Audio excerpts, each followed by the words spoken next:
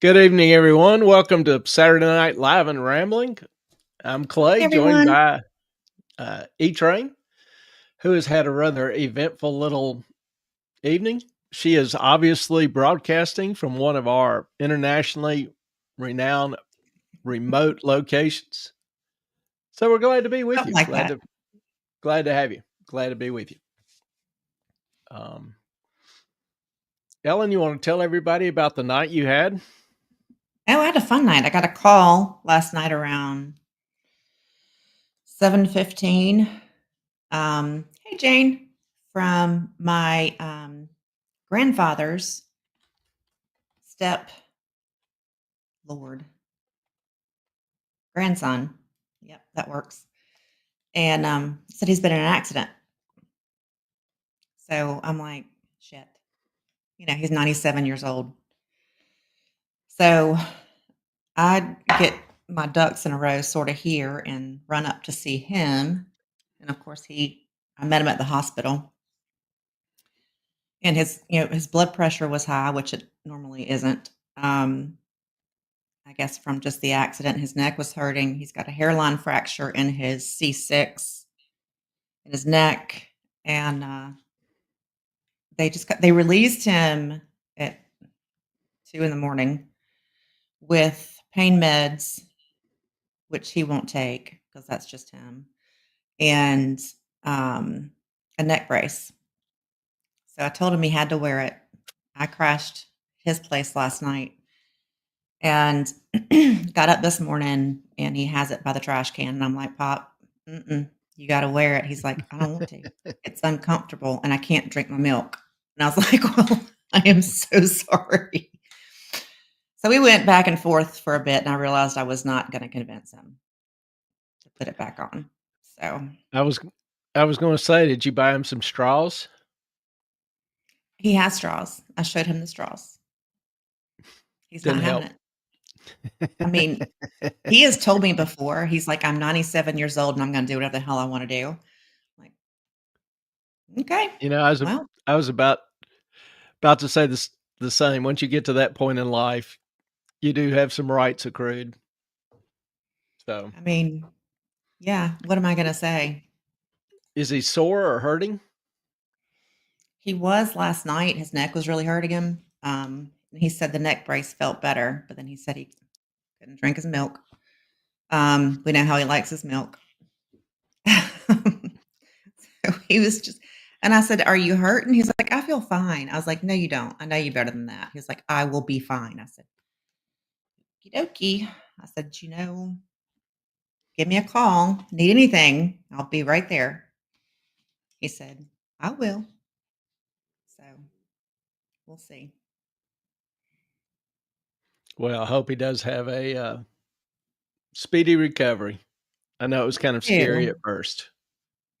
Yeah, he got Glad he's rear-ended. okay. I didn't say that. He got rear-ended. He wasn't driving. He gave that up a couple years ago at 95. Why not? Was he wearing a Um, seatbelt? yes, he Well, was. glad he's okay. Me too, but we'll see. I'm kinda like sitting on standby, like what's gonna happen next. Tomorrow probably will be his sorest day if he has some inflammation or, you know, kind of got a little whiplash, whatever you call it. Yeah, and Um, he's supposed to go to his, general practitioner this week, and, they might do an MRI because he had a CT scan and X-rays when I was there.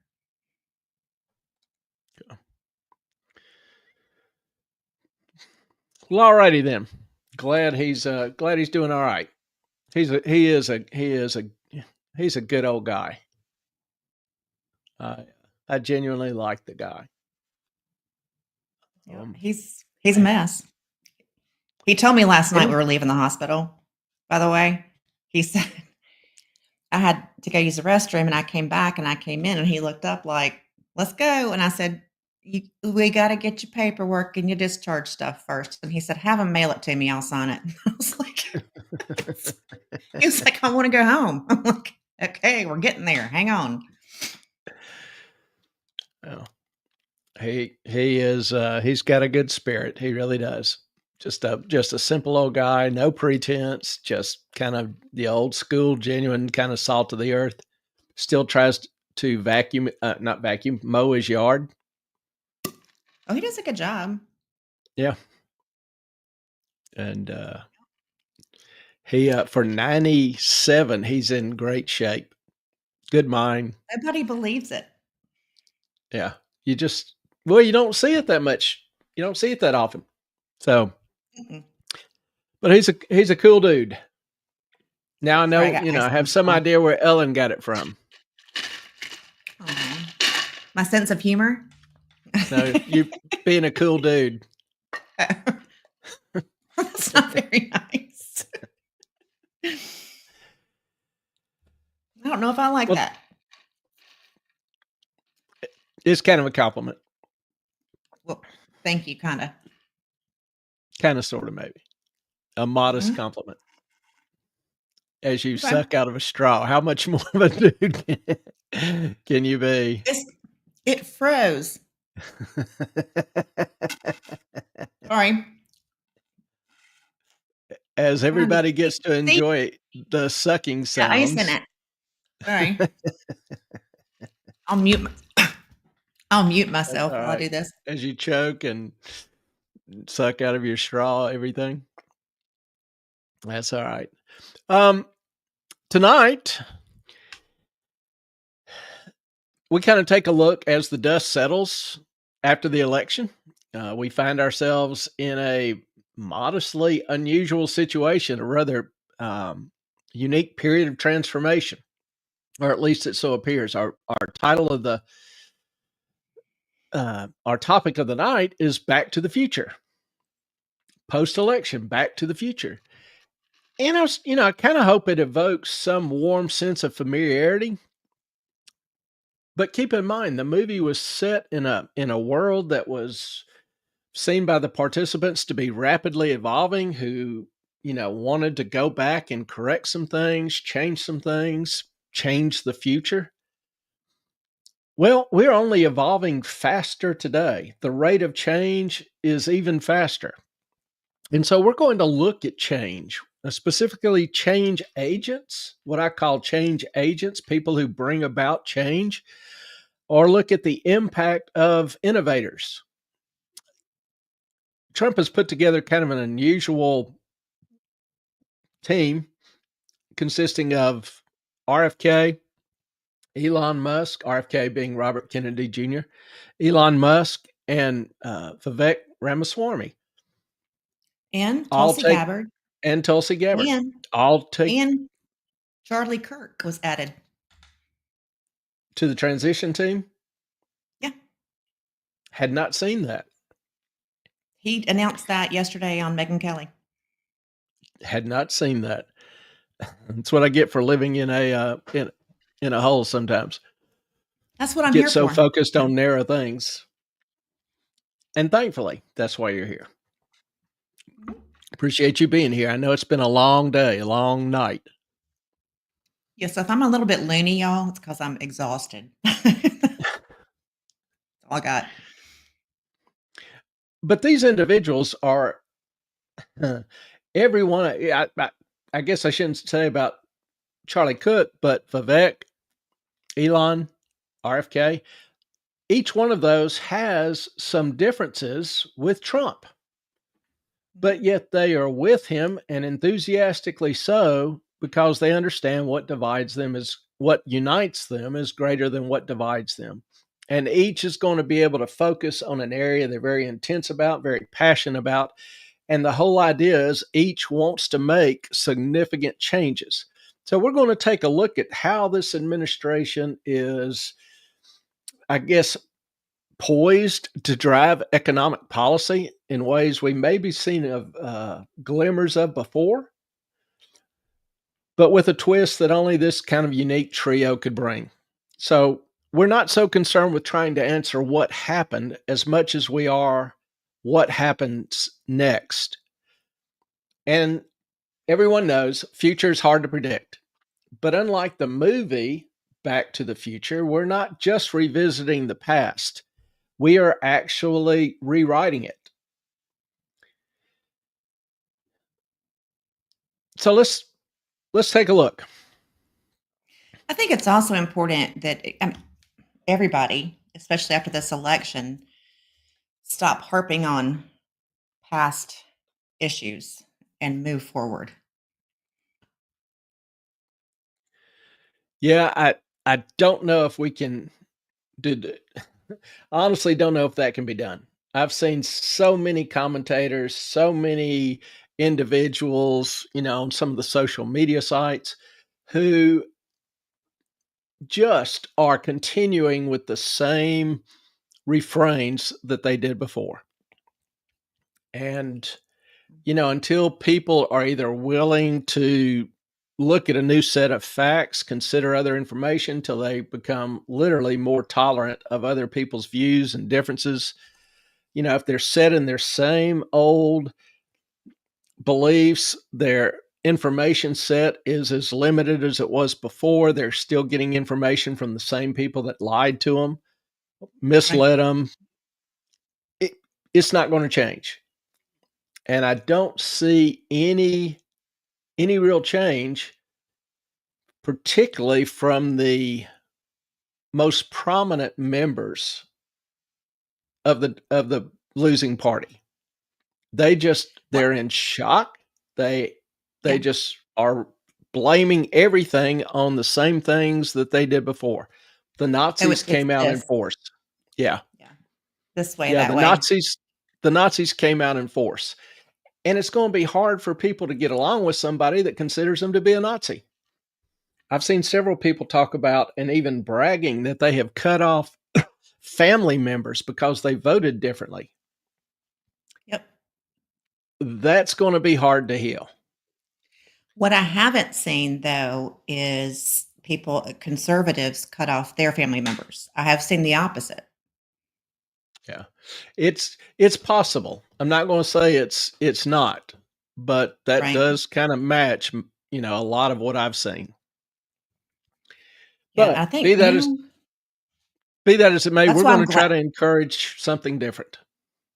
I'm going to stop interrupting. No, you're fine. Go ahead. Oh, I was just going to say, I think this time around, Trump kind of knows what he's getting into. And I think that's why, these people he has around him, RFK, Vivek, Tulsi, Elon, Charlie Kirk, his kids, I think he has a team now that he can trust. He's not just going into it blind. And I think that's going to be extremely helpful. I do. Obviously, he learned a lot his first time. And to me, his whole tenor of the campaign this time was a little bit more mellow. He kept some of his bombastic approach. Even maybe, I've always referred to him as a narcissistic asshole sometimes. I didn't see as much of that this time. No, And I generally like his policies, but I can understand how some people personally would be, bothered. Flip side is Kamala was no angel.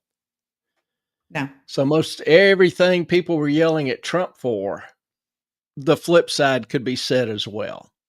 So morality, I don't see either side having an exclusive, fix on morality. But let's look Jane, at Jane, huh, wait till one of those people need a kidney. They'll be reconnecting with their family. absolutely. Yeah. I hope it's sooner. But, blood should be thicker than anything. And God knows the family has suffered enough the past, I don't know, 40, 50 years, however long, maybe even longer. It Yep. seems like the system, the culture has been, adamantly, in opposition to a unified, loving family who suffers together, who prospers together, who, is in each other's corner. That still exists some, but it's certainly not as broadly touted. You never see Hollywood, celebrating it, No. the media, anything else. It's just an entirely different culture, and I don't think it's necessarily better. But tonight we're talking about change in the culture, but particularly in the economy as pertains to the government's influence. The best symbol of that to me is RFK, Bobby Kennedy Jr., Robert Kennedy's son. Obviously, a extremely prestigious political family. I think most everybody is somewhat familiar with him. With RFK, obviously they know the family name, some of the family history. His uncle was president. His father was the heavy favorite to win up until he was assassinated. So Bobby Jr. has been raised constantly in this environment and in a very strongly, very preferential Democratic environment. And so here he is working with somebody that is on a number of issues diametrically opposed because he is so passionate about certain areas that this passion, this desire to make some improvements overshadows the differences. And I think that's a great example for all of us. What unites us is greater than what divides us. Well, what's going to be RFK's niche? RFK has been a vocal proponent of health, of increased transparency, particularly in pharmaceutical practices, in terms of food production, in terms of non traditional medicine, these kind of things. And it appears that he's either going to be appointed head of the Department of Health or he's going to be appointed as some sort of health czar, kind of overseeing health, the FDA, CDC, NIH, all the government agencies that have strong influence and input into health practices, regulations, decisions, funding, etc. Clay, can Now, I interrupt you his real quick? Hang on. sure. Are you supposed to be showing something on the slide deck? I'm I am showing it. Oh, How's that? I was just saying. I know last Just time saying. we got lost there a little bit. So, Yeah, no, sometimes I get caught up in thought and I'm not thinking about some of the practical details. That's one one big reason that Ellen's here. She keeps me honest and she takes care of a lot of the background stuff. So, to start out with, we were talking about innovators, Back to the Future. And this is a picture of the actual car, which at the time, honestly, I thought was kind of cool. Everybody kind of loved DeLoreans. Then we found out, one, how underpowered they were. So it made kind of a funny choice. I don't know how many people remember, but in the movie, the car had to reach 88 miles an hour. Well, the top speed of a DeLorean was actually only somewhere around 82. So when I see that, I always kind of laugh. It was an underpowered car. Had some, cool little features. The gull wing doors were kind of pseudo revolutionary. Just hadn't seen them in, 30 years on a car. And at the time, I kind of thought it was a cool car. Now, when I look at it, I go, it kind of looks like a flattened down Pinto or something. Don't know. pretty But much. anyway, yeah, I look at that and I go, oh, hell no. It was the first car, I think, with the stainless steel finish. Hmm. Um, and there weren't Hi. many of them made. So glad to see you. Hey, Muddy, how you doing tonight? Get the party started. So, Heck yeah. Celebrating everywhere. So RFK is going to focus on health. Don't know the exact role, but he's excited about it. Thank you for the And slides. yes, working on it. And the other day, he even told people at the FDA in the Department of Nutrition, which he has been a huge critic of, he told them, don't destroy any documents, delete any emails, and pack your bags. That's almost a direct quote, which Mhm. is a hell of a statement. RFK has been, I guess, obsessed with both the content of chemicals in the food supply, in the lack of physical exercise that's encouraged in society and schools. You got to Fluoride in the pee. water. Fluoride in the water, that will be one of the first things eliminated literally within a day of the inauguration, apparently. Mhm. And he's really had a lot to say on vaccines, particularly clinical trials, drug approval process, adverse drug effects. Now, many in the pharmaceutical community, researchers, doctors, whatever, hate him. Many love him.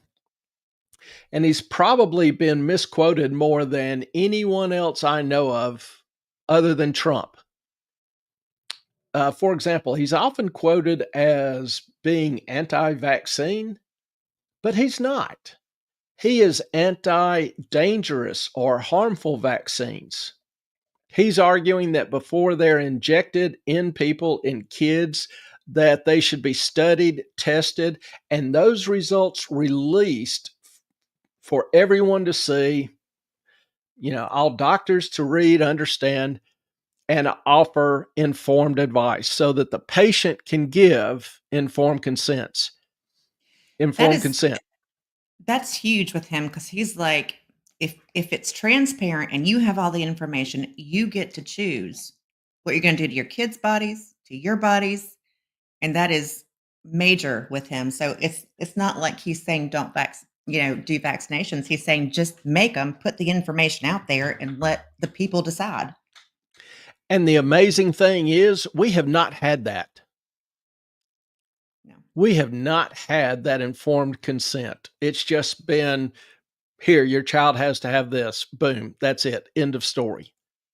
here's your He points, 78 vaccines, yeah, is it 78, 75? I forget the exact 70 number, but something. Yeah. it's buku bunch. He points out that few of the currently 70 plus vaccines haven't been tested for safety or never were. Now, some of them we know the long-term effects because they've been in place for 30 years. But like the COVID vaccines, they were, promoted and sold as being, completely safe. They would stop the progression of the virus. They would keep you from getting sick. They would keep you from going into the hospital. Well, we know now that none of that's true. I mean, they're on their what, fourth, fifth, sixth booster. Um, most everybody now understands, at least in the medical community, that the mRNA vaccines contribute to a higher incidence of myocarditis, possibly causing additional blood clotting issues. And there is just a rage of turbo cancers exploding. Some studies have linked that to the COVID mRNA vaccines. Uh, Everybody's not united on that. So I'm not trying to tell you that's the bottom line. But I can tell you there are studies out there that indicate that strongly. Muddy Wifey. Mud up. I can't. I'm not sure how to pronounce that. How about Have a just comment. Muddy? Okay.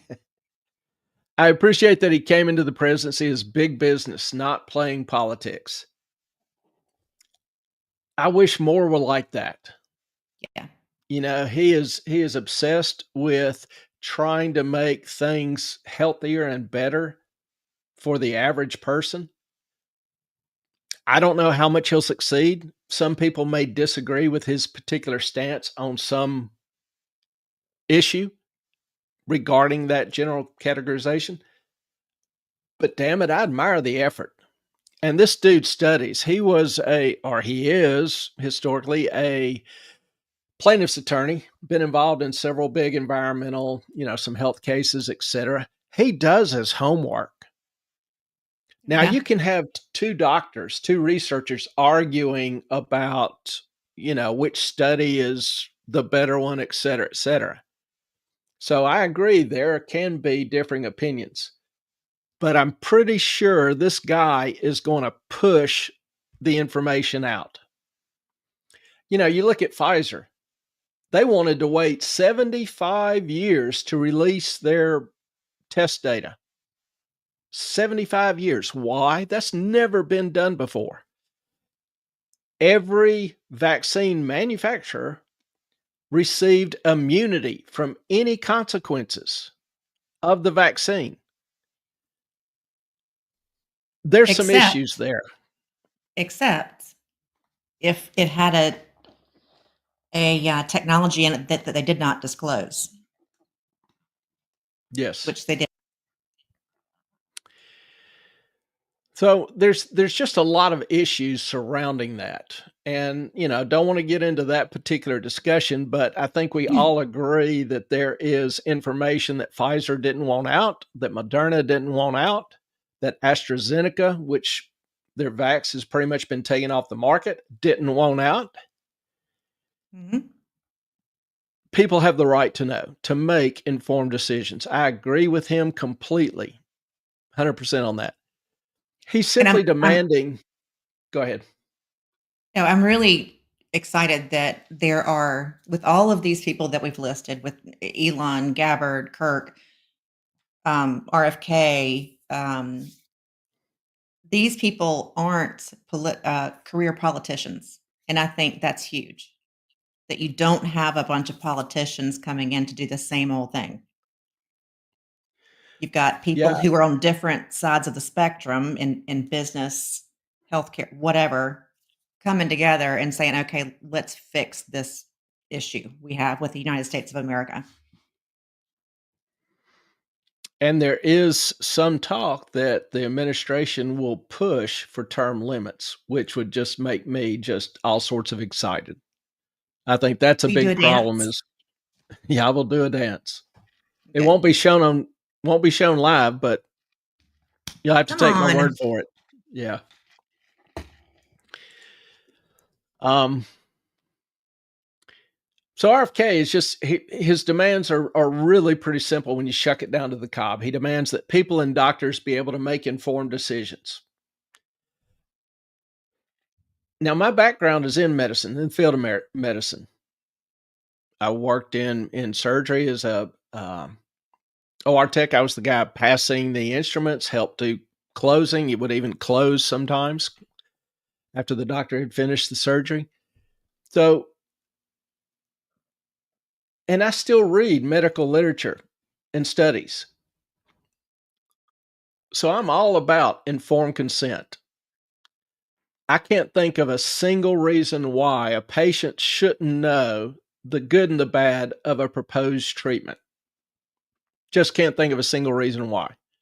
Now, this could lead to quote unquote stricter regulations on drug approvals, but basically, all it would require is more extensive disclosure of the clinical studies, the data, which would be a very welcome change. Um, Now, you can expect companies like Pfizer, Moderna, Johnson and Johnson seeing increased cost associated with some of these extended studies, regulatory procedures, as well as greater litigation costs. Some have, some in the new transition team are proposing or working towards eliminating their immunity. So Do even you for the current vaccines, they could have lawsuits. do you think that that will how do I say this and make sense? Um prevent them from just throwing things out there on the market? Because, I mean, it's just like every day there's something new. Are they gonna be a little bit more cautious about what they know happens? Will they stop advertising on mainstream media and sending, those companies billions of dollars? What do you Yeah, think? that's my hope, and, part of the requirements that RFK wants to implement is ending advertising Good. by pharmaceutical companies. Because why do they advertise drugs? I have never heard somebody watch a commercial and say, "Hey, that's the drug I ought to be on." Never in my life. I've even asked a couple of doctors that I've gone to, they've never had anybody mention it. The doc says, "This is what I recommend." Some patients will ask a few questions. Doc answers them. They're good. They go, they get the script, over and done. So, why are pharmaceutical companies spending billions and billions and billions of dollars on advertising? Well, let me In ask you control of the another media. question. Why doesn't the media cover more some of the complications, issues, bad results, new research coming out on the consequences of some of those medications? There is absolutely lousy coverage of medical reality in modern in mainstream media. That to me Agreed. is not coincidental. No. So remove the immunity, require greater disclosure. This would mean, and if you look at the graph here, you can tell this is 2020 when COVID started, and you can see the white is Pfizer, the blue is Moderna, and the orange is J&J. Now, out of those, you see Pfizer and Moderna have just gotten hammered since the peak in early or late 21, early 22. Johnson & Johnson has held up pretty well because the nature of their vaccine is very different. Both Pfizer and Moderna used mRNA, messenger RNA, which there's again some studies showing that this is having ancillary negative effects on people taking the vaccine, particularly with 2 or more boosters. We gotta do a show about that at some point. We might. J&J has held up better because J&J used what is known as a adenovirus vector, which is the traditional form of vaccines. So they haven't been hit as hard so to me, this is kind of investors, modestly sophisticated investors, portfolio managers dumping their stock because they realize that risk is increasing. Same thing hasn't happened to J&J. Most everything else in the healthcare industry is, obviously there was a little bit of a boon in full rooms, medical needs. J&J has probably a more diverse line of medical products than the other two, but that's a pretty sharp drop. RFK has a quote. He says that the pharmaceutical industry has a responsibility to put people over profits.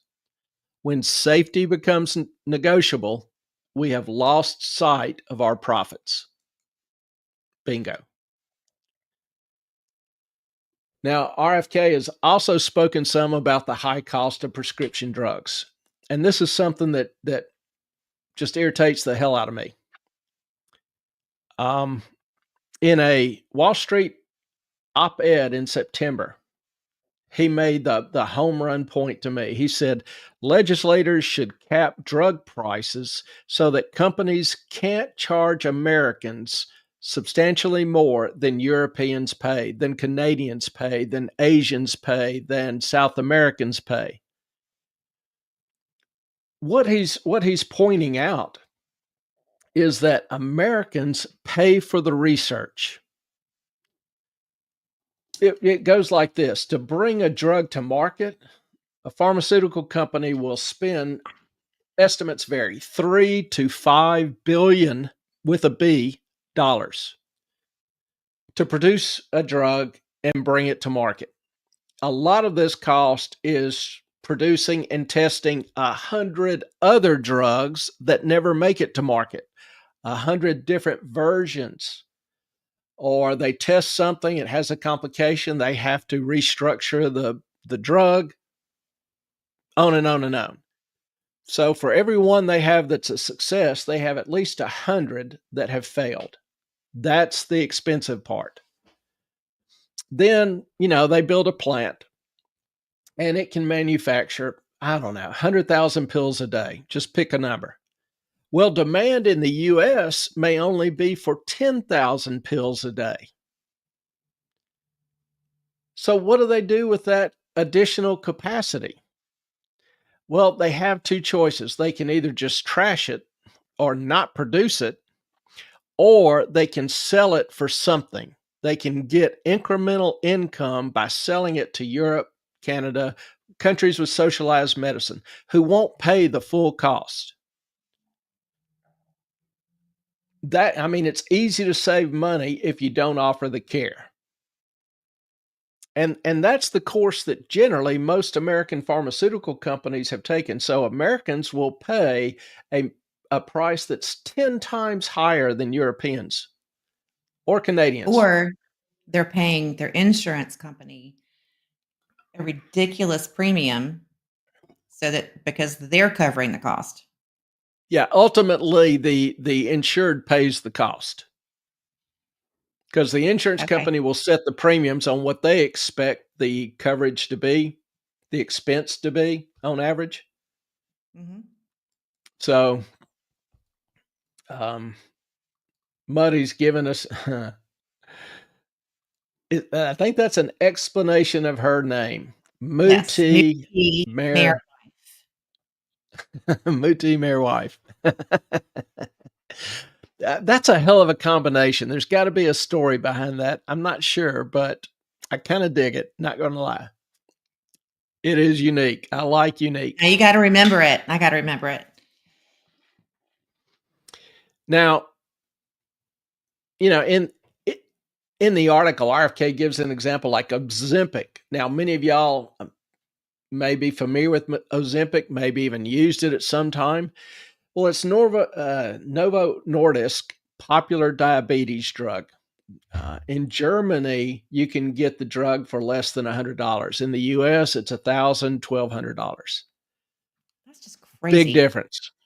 So Americans are pretty much carrying the cost for all the research, which I think is just wrong. But that's why why drugs cost so much more in the US. The choice has been don't do the research, don't pay for the research. And if you force the pharmaceutical companies to sell it at the same cost by law, well, that's a ton of drugs. So all of a sudden, these countries with the socialized medicine and that don't want to pay for the research, they're faced with some stark choices: not offer a huge range of pharmaceuticals or pay the cost. Instead of paying 100, they might pay 200 a pill. And Americans pay 200 a pill instead of 1,000, that kind of thing. I don't know exactly what the impact of that would be, how many countries would, how many countries wouldn't. No idea. No way to estimate it reasonably. But I don't think Americans ought to be stuck with the whole cost of the research. We do need to continue the research. We need innovation. We need new drugs, better drugs. So we don't want to halt the You don't wanna research. stifle. Yeah. Yeah. But that burden needs to be shared. Now, We have an Trump in late, explanation. Hang on. We have an ah, explanation. Muti and Mare are mom in German and French, what my twins call me. That makes sense. Muti Mare. ah, Got it. if you say it like that, it sounds French. I'm over here like muddy, muddy Muti mirror. is German. Mare Yeah, Mare is it's French. French. Yeah. Yeah. We'll get you there. Much better. Now, Trump in his in 2020, November, September, just right at the end of his term, he issued an executive order that would have required Medicare to pay no more than the lowest price other OECD. These are the, top economic uh, countries in the world, the organization. So Medicare would pay no more than the lowest prices in other major economies around the world. Now, that EO was rescinded a few months later by the new administration. Nothing's been done, no progress has been made since. Um, Another thing I haven't heard much talk about, but I thought I saw RFK address it a while back, in that I hope the patent abuse, what I call patent abuse, will be fixed. A Mhm. company will produce a drug, they get a patent for 17 years, so nobody else can produce it. Well, somewhere along that line, that drug may be discovered that it also helps with some other issue. If that happens, they can have that patent extended for another 17 years. Like I can give you an example. Viagra. I was gonna say Vyvanse. Vyvanse was approved for ADHD in children, and then ADHD in adults, and then they realized that it helped with bulimia, so it just kept getting extended. Extended. Yeah, same Oh, with hey, Viagra. Hey, sick. How you doing? Appreciate you dropping in Tokyo, leaving for Dallas Fort Worth in a few hours, but I'll catch the replay. it's It's good to great to see see you. you. It is. Thank you We for appreciate you dropping in dropping on us. in. Um, yeah, I was going to give the example of Viagra. It started out as a medicine that opens up blood vessels for like diabetes patients that have constricted vessels in their extremities to try to help improve the blood circulation. And then the common side effect was discovered that opening up blood vessels just helps all sorts of things. So it really, that was a more lucrative market. And so it became, more promoted for that reason and to that market. Yeah, But and it's Moody the Mare, same thing. yeah, Moody Mare wife. COVID vax were released too fast, especially using newer mRNA technology. Yeah, I mean, I remember Robert Malone developed the mRNA technology. He ended up calling people who were putting the vax together and saying, "Are you sure this isn't going to be a problem? Because this is what always happens." And they were like, "No, no, no, no, no. We've solved that." And he's like, "Really? Because I haven't seen anything about it." And then, lo and behold, you got the heart problems, you got the clotting problems, you got all the same problems, and it getting into actual your cells and your DNA. And he was like, "Were you just lying about the whole thing?" I mean, what you know, he was really not happy. Yeah, there were a number of researchers who came out with extended concerns, criticisms, and they ended up getting kicked off of Facebook, off of Twitter, off of Instagram, all the social media. So they couldn't get the word out. They couldn't express a contrary opinion or thought. And they lost their licenses. Yeah. And doctors, if they tried prescribing an alternative treatment, they were threatened by the medical associations in different states with losing their licenses. So it's not the way medicine was meant to be. It lost much of the emphasis of the decision between the patient and the doctor, informed consent. It became automatic, dictated from above. I hate that. Absolutely hate that. But so I hope some of these, excesses and abuses will be fixed.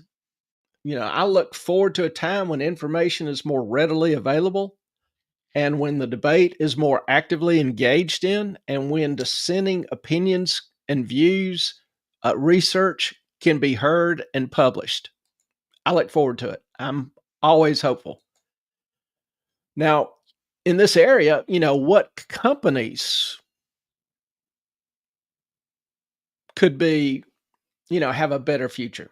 Well, if, for example, if the patent abuse is fixed, then generic manufacturers like Teva or biotech firms focused on alternative therapies such as Regeneron, they could benefit from a lot of these policies. Some of the old line companies, Pfizer, Moderna, probably not as much. Another thing RFK is looking to incentivize is preventative medicine, natural health solutions. RFK's stance is he's trying to move people away from a dependency on pharmaceuticals for chronic conditions. So you might see possibly new tax incentives or, grants directed more towards companies that specialize in preventative medicine, such as what they call nutraceuticals, uh, companies that produce basic nutrients in a highly absorbable form. Because let's face it, most of our diets suck.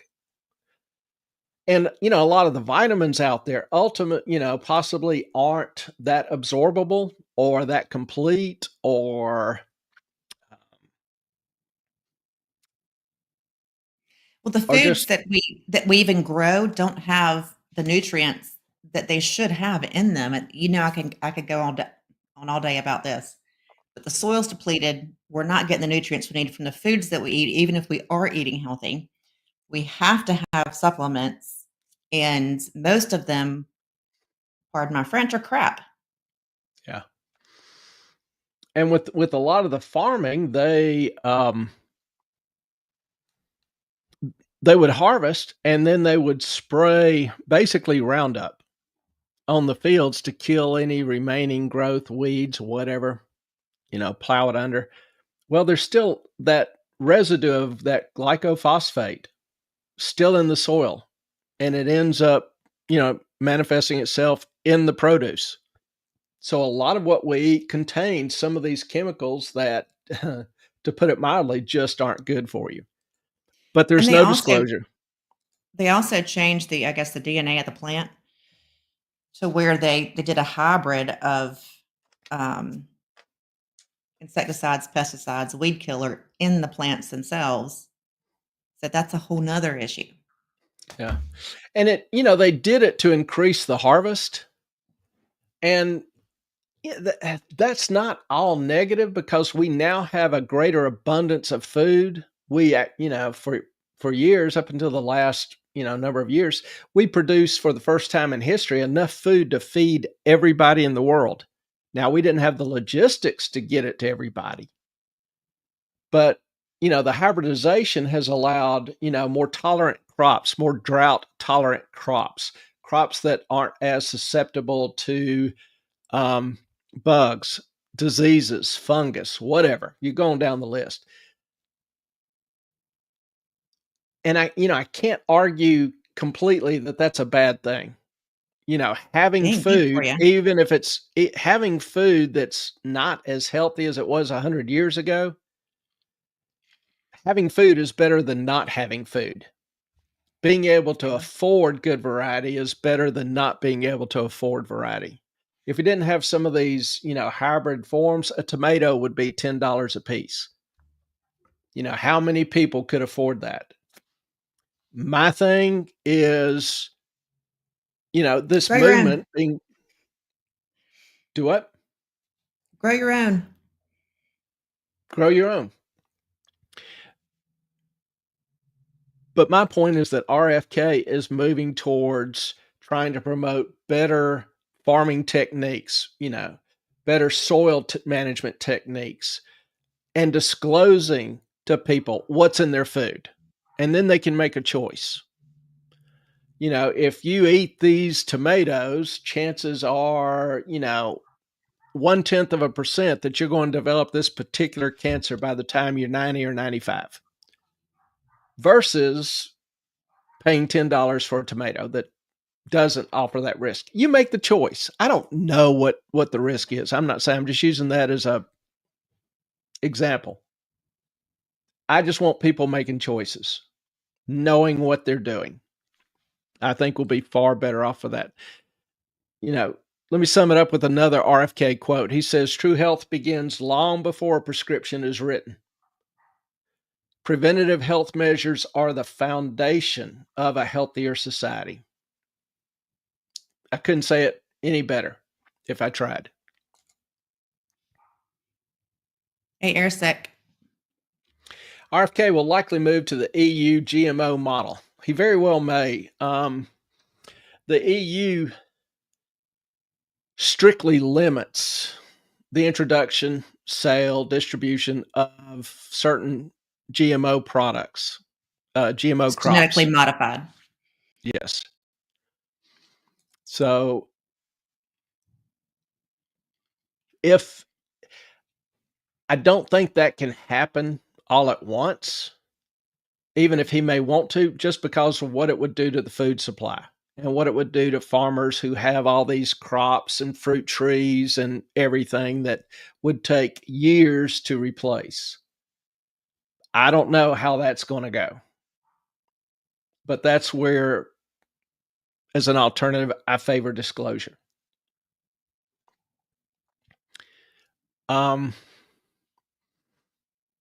So, we talked about the vaccines, the pharmaceuticals, Food. talked about food, and talked about lowering drug prices. So that kind of sums up the heart and soul of what RFK is going to be doing within the administration. RFK is simply going to draw attention, and he's a hell of a spokesman. He's going to draw attention to the public's right to make informed decision, emphasizing that public health means making the public part of the health process. Instead of making them just the automaton that does what it's told, they actually are going to have the ability to have some input into things that impact their life and health. So if you look at the impact of those policies,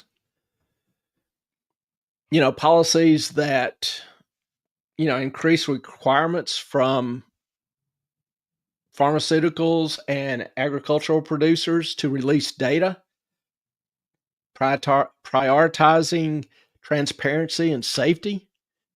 There will be some additional hurdles for the vaccine manufacturers to cross. There'll be some revenue pressures, but hopefully it will shift companies' focus to more and more generics, more preventative care, and more innovative health solutions rather than just looking. Pfizer has been really big at, its vaccine causes certain issues, so they buy the company that produces treatments to it. Is that a feature or a bug? That to me is it just gets a little weird because they actually knew some of these complications and problems. It was in the data and the studies that they didn't want to release for 75 years. And some things were red flags that they chose not to pursue or study. Or they dropped some of these patients out of the study.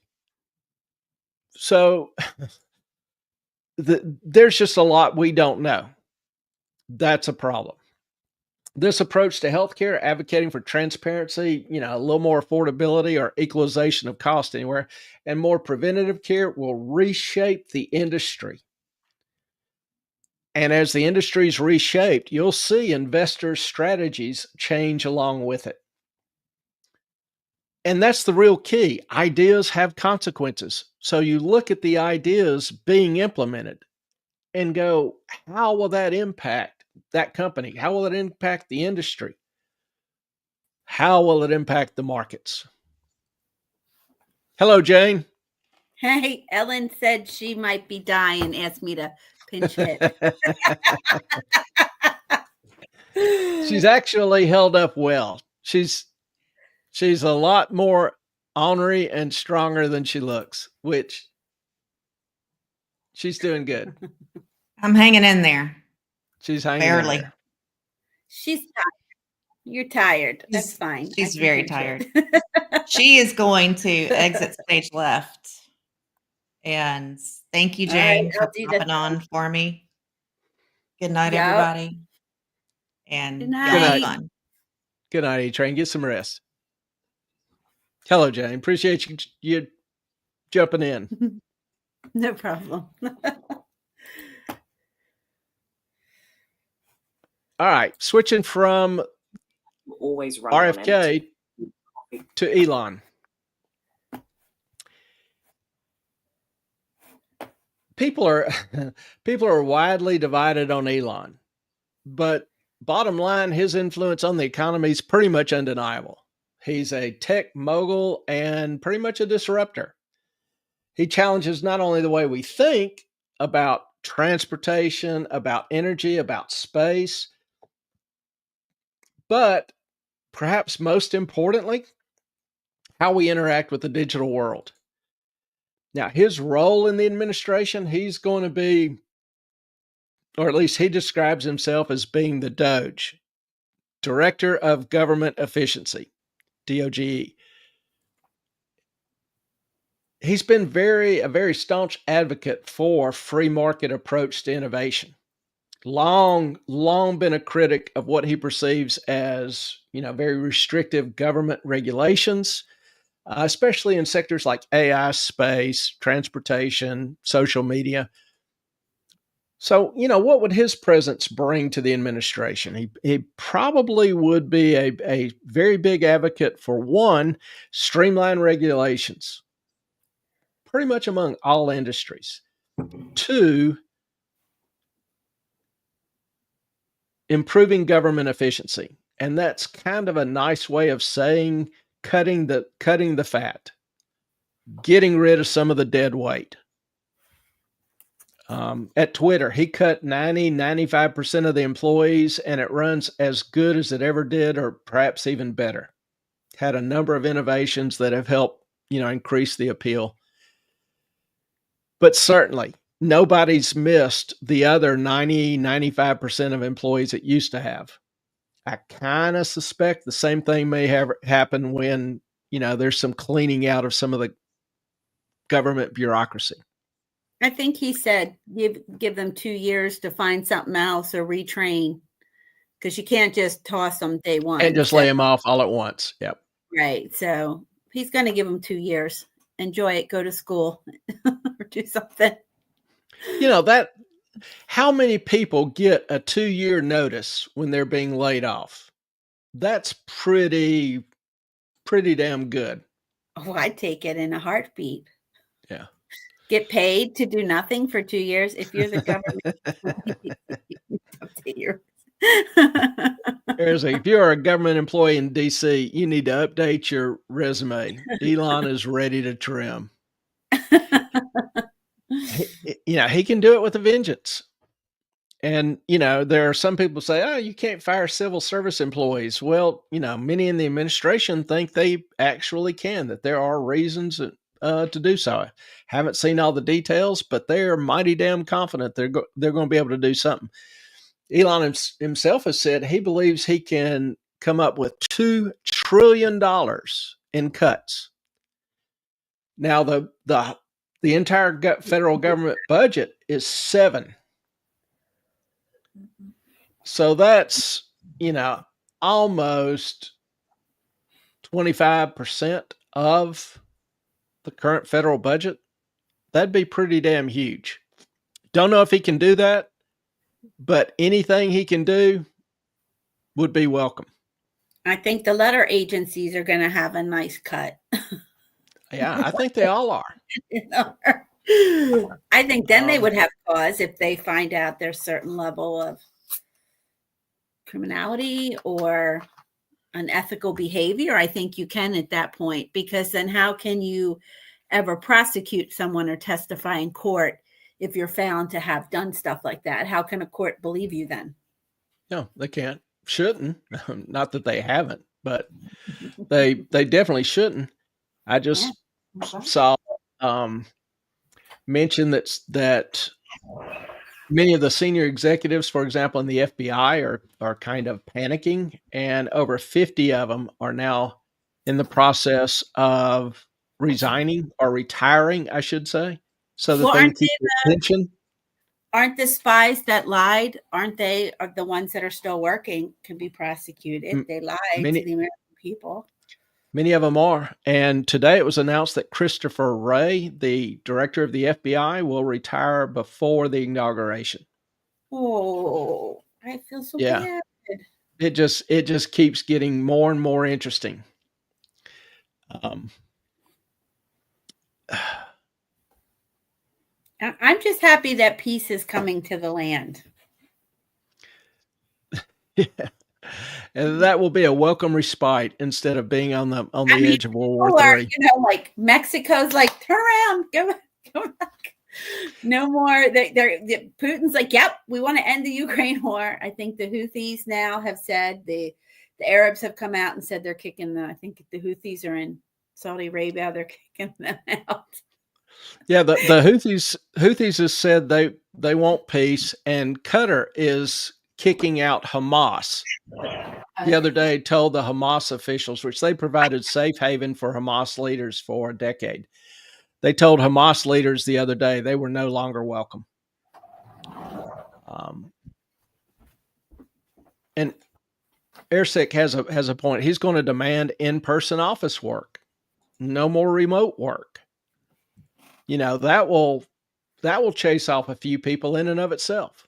Well, I will say I'm full-time remote. I mean, I Right. think that certain positions warrant. I mean, I am global, so that means I have to be available for all time zones, right? So if I'm in an office, how can I be available for all time zones? And also, how do you get the best talent? If you're limiting it to a certain area, you limit your talent pool. Now, I'm not saying every job should be remote, but certain jobs and certain positions can warrant that remoteness.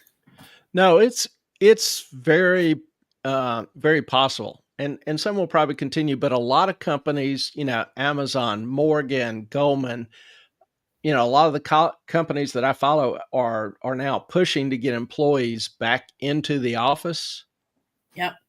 And they don't say exactly why, but I assume it has something to do with they're not getting the productivity or the production that they used to. I agree. If I'm not paying people, then they know that stuff's not going on. I mean, stuff's not getting done. But I will say, I know what's going on. They call me, I'm like, boom, boom, boom, boom, boom. But yeah, it is an effort. I still get up every morning. I still get dressed. I treat it like I'm going to the office. Like I it's a take job, it very yeah. seriously. I have an office here. Yeah, like a job. I mean, not everyone's responsible enough to do it. So I No. don't think everyone should be allowed to do it. But those of us who can and can keep up at that level, then certainly I think that's an option, a benefit. Yeah. It's my 2 cents on that. Yeah, I know a lot of the students the past couple of years, many of them have expressed a desire to work remote, work at home. And I'm like, that's probably, in finance, that's probably the dumbest move you can make, I agree. because Starting out. in finance, it's a person business. A lot of the opportunities you have down the road is because you met somebody, you impressed them with your personality, your work ethic, your ability to acquire complex information in a relatively short period of time. People can't observe that if you're at home. I agree. Not nearly as well. I'm on the downside of my career. So yes, when I was younger, Yeah. I 100% agree that you need to be in the office to develop those relationships. But now I'm over the hump. I'm not looking to be promoted. I love what I do now. I do it. I do a great job at it. But yeah, that is, I think the reward for me spending 30 years in an office. Yeah. And Now. I'm right there with you. I mean, if you go into academia after being in a private sector or corporate environment, you have pretty much given up the desire to have additional titles. Mobility, correct. What I do, I did last year, I'll do next year. And I enjoy the hell out of it. It's my ambition now is to enjoy my free time. And academia is a good fit for me. I love teaching, etc. But as far as having a career ladder to climb, no, I'm done with that. So Yeah. I understand both sides. Yeah, if I wanted to climb, I would 100% have been the first. I probably wouldn't have left the office if they had let me stay. Yeah. Probably would have continued to go into the office. I always used to quarantine my area during cold and flu season.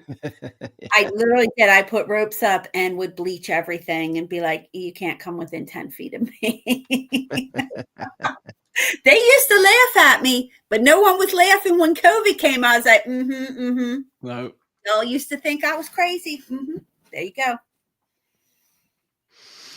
So, Musk is going to push some change, particularly about heavy regulation in the industry. The people at the 3-letter agencies that he wants to dismantle or will want to dismantle, what he sees as kind of a stifling bureaucracy, they won't be happy. They won't go, quietly into the night. So I do expect a lot of controversy from this administration. It will be modestly entertaining in a lot of ways. Musk, quoted RFK some. I'll give you this Musk quote. He says, "I believe in a future with less interference where we are free to push boundaries." So if he takes the reins, government efficiency office, overseeing regulations and technological advances, expect some boundaries to be pushed.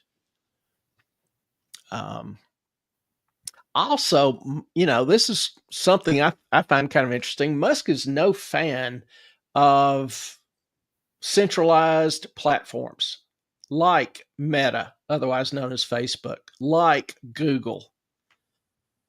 Google grew out of a U.S. government grant and research.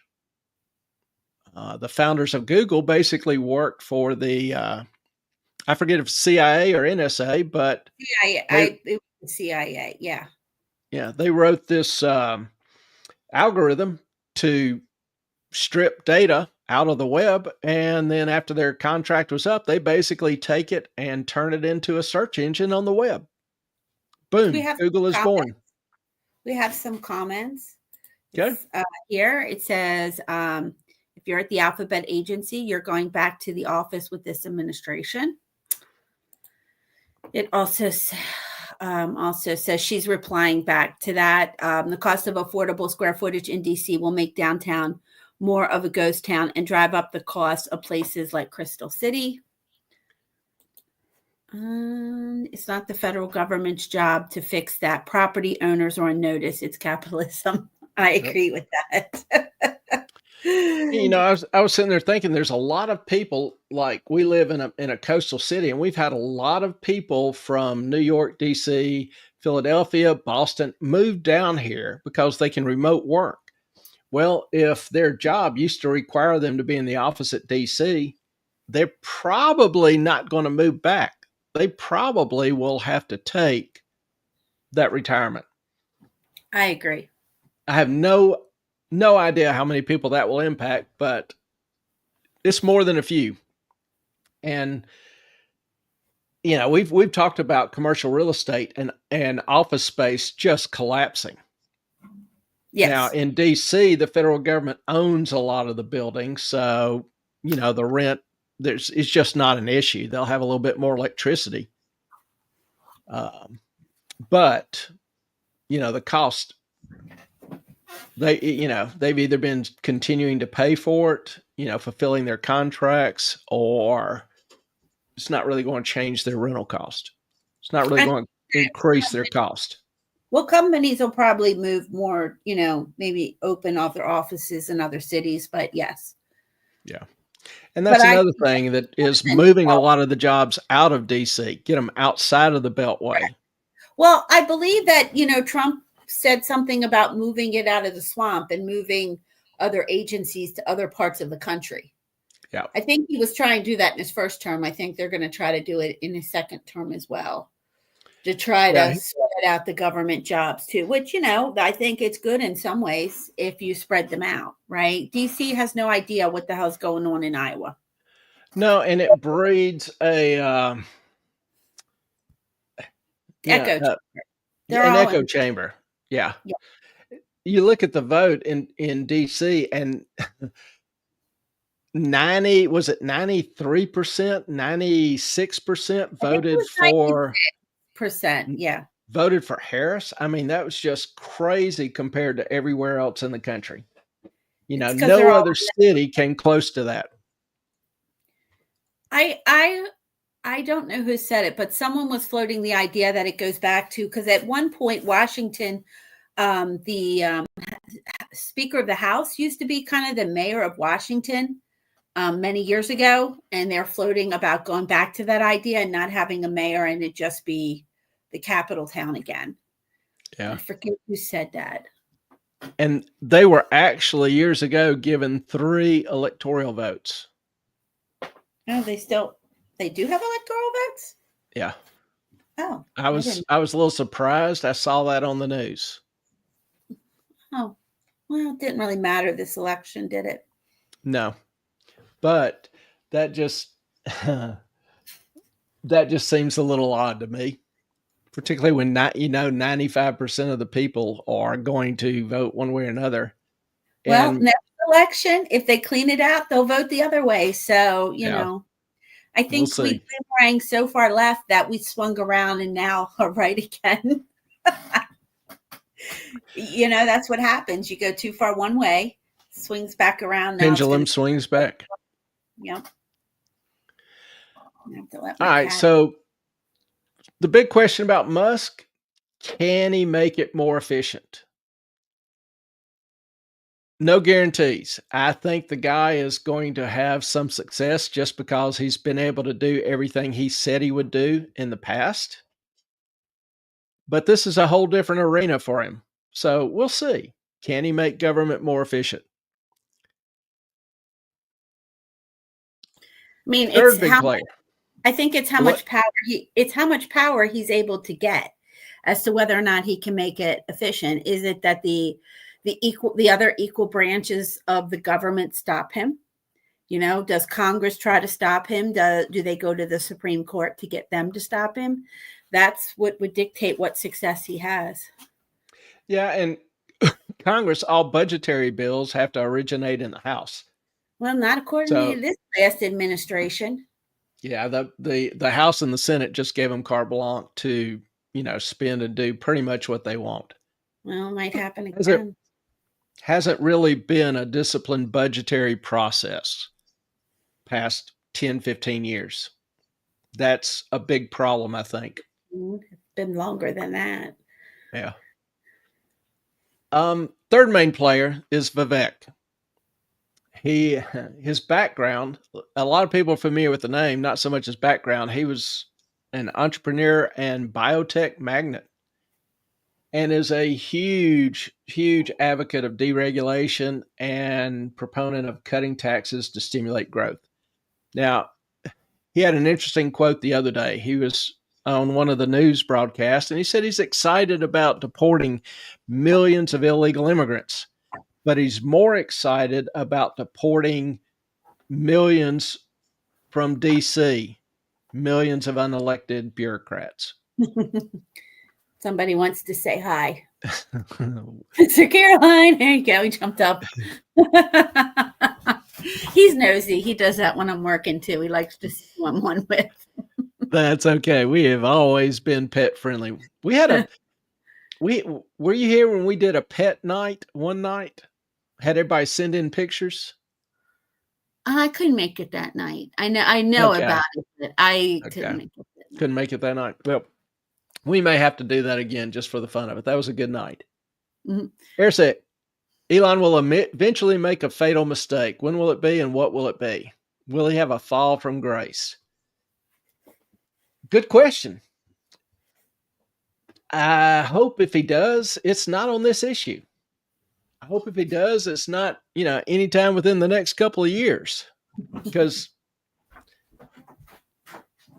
personally, I think government has gotten way too big, way too bloated, way too bureaucratic. I think there's some fat we can cut. I think there's a lot of fat we can cut. Yeah. So I wish the dude much success right now. But he's human.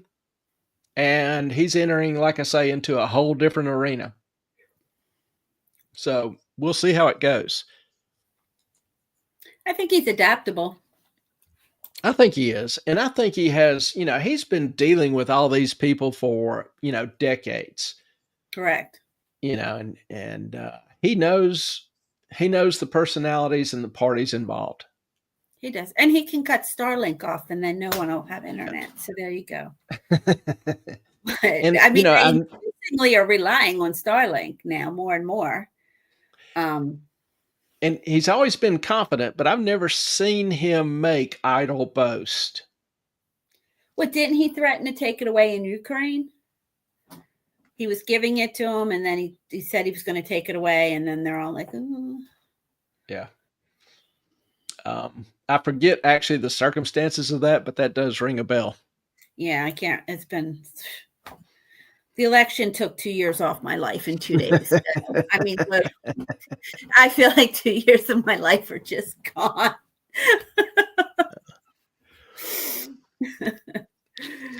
Well, if Vivek is right and they can deport, from DC, thousands, hundreds of thousands, a million, I don't know, of unelected bureaucrats, that would dovetail really nicely into Musk's efficiency campaign. And so the more you get into all these different personalities, you can see that ultimately what they're doing is sharing a lot of the same goals.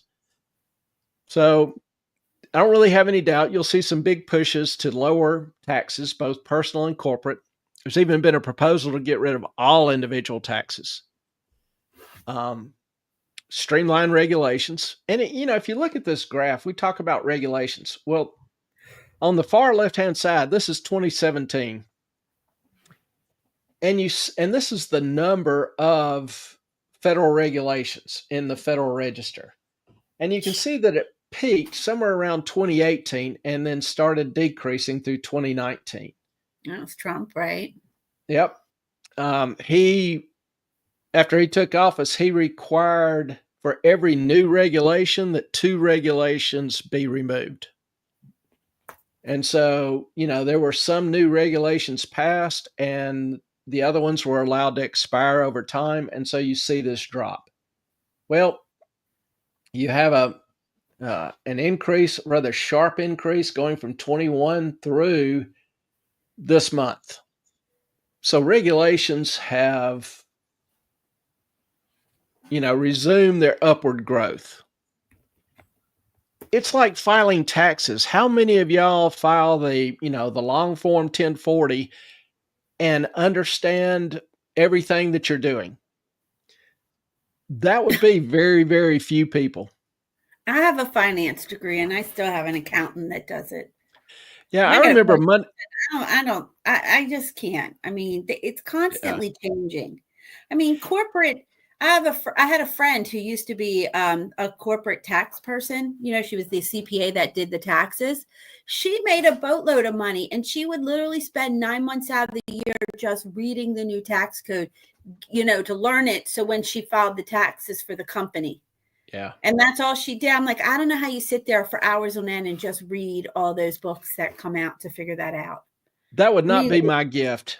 They were like, I'm telling you, Clay, the books were like this thick and there were hundreds of them that she would just sit there every day at her desk and then she would rip pages out that she thought was important and just keep going down, set it aside. I mean, God bless her. She made a ton of money. Yeah. Money Magazine years ago used to every year randomly pick 10 CPAs and hand them this individual's tax situation and get each one to calculate the taxes individually. And it was not uncommon to have 10 different amounts. I agree. You know, the government is imposing a burden on the average citizen that the average citizen can't lawfully fulfill with certainty. That's just wrong.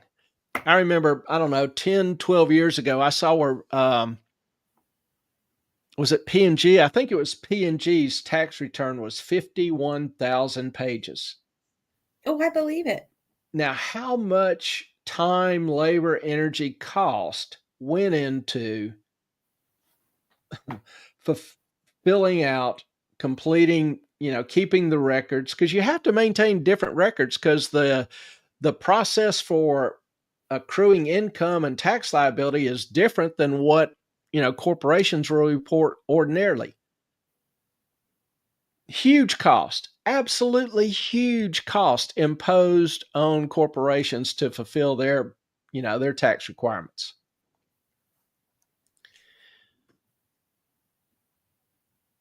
AA's got a couple comments here. He can just walk away from our stranded astronauts. That's leverage. Yeah, I don't think he would pull that kind of leverage. You know, Yeah. it's sad.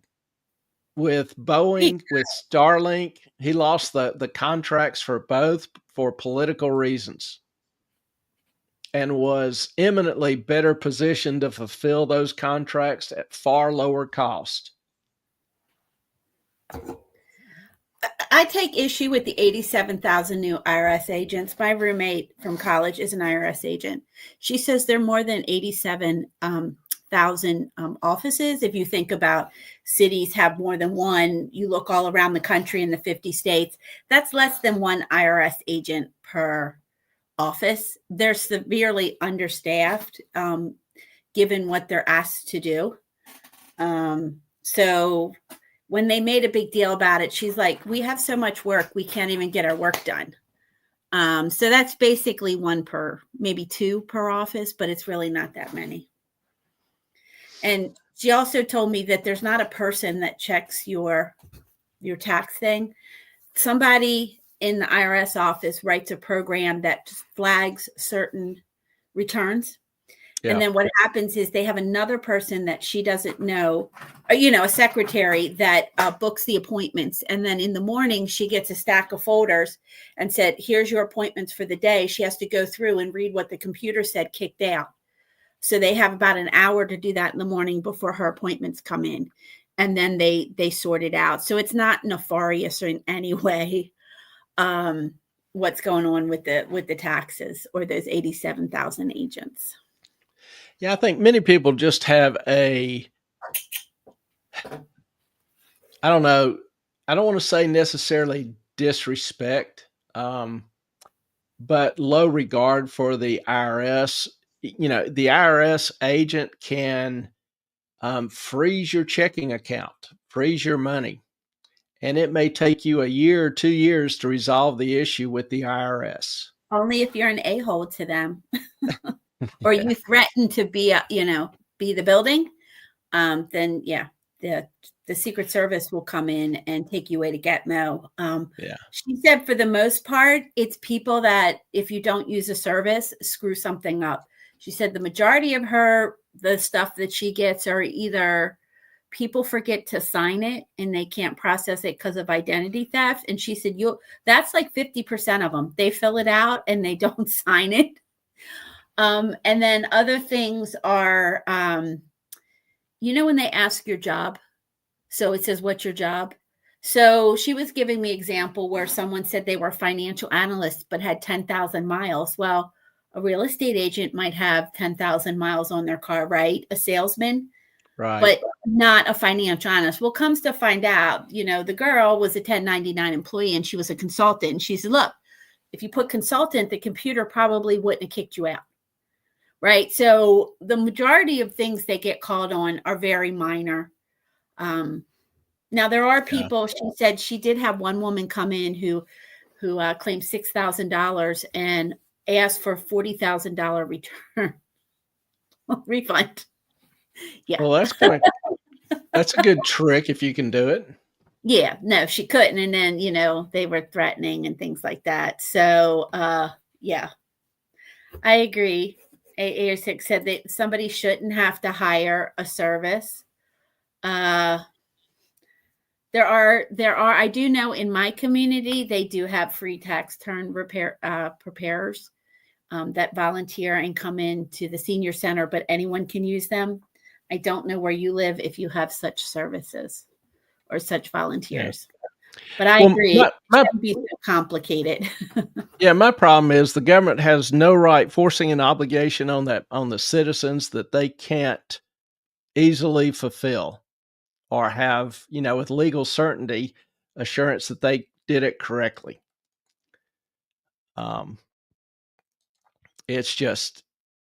It is an unnecessarily expensive, complicated, time-consuming process, and it shouldn't be. My opinion. Honestly, I'm all for a straight tax. Yeah. Just whatever it is, and it can be graduated if you make more, but 1, 2, 3, whatever it is. And then there you go. Because right now it is very complex when you start doing state and county and all that other stuff and bonuses and other income.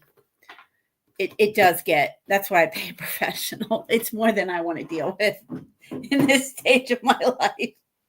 And particularly if you're a small business owner or you have, securities transactions, trying to keep track of all the times, dates, when you bought, when you sold, the dividends, what was reinvestment, what are you still liable for?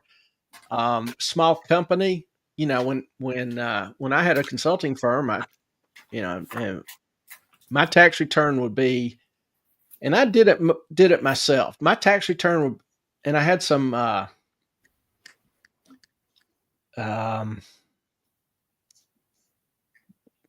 want to say private placement investments. I can't think of the right term, but anyway, my tax return would be 35, 40 pages. It would take me days to do it. So I'm adamantly disgusted with the whole process. I am too. And it says free. Yeah, but the person that does it has to sign it. So I don't think they hold you liable if the person that did it screwed up. A lot of that stuff is trivial. Yeah. Usually it's only the 1040 easy that they're filling out anyway. It's not for people that have massive assets and things like that. We're going to pay people to do it. If you're I think they did away with the easy form. I think everybody now has to do 1040. Oh, but you don't have to. They did away with the short form. It's the itemization that screws everyone up. So as long as you don't itemize, All right. Looking at, back to kind of regulation, there's some industries that have been heavily regulated. Three heaviest regulated industries are banking, finance, securities industry, and healthcare. And not Bitcoin? Not Bitcoin. I hadn't figured out a way to do it yet. If Vivek is successful in reducing some of this regulation, particularly in the financial arena, which is kind of a hot button for him. Yeah, I've seen some people argue that this will create more financial instability, like among banks. Well, that sounds bad. Nobody wants financial instability in the banking community. But, understand what banking has morphed into. Financial instability now is code for bankers, senior executive bankers, having to make better decisions without government guaranteed bailouts.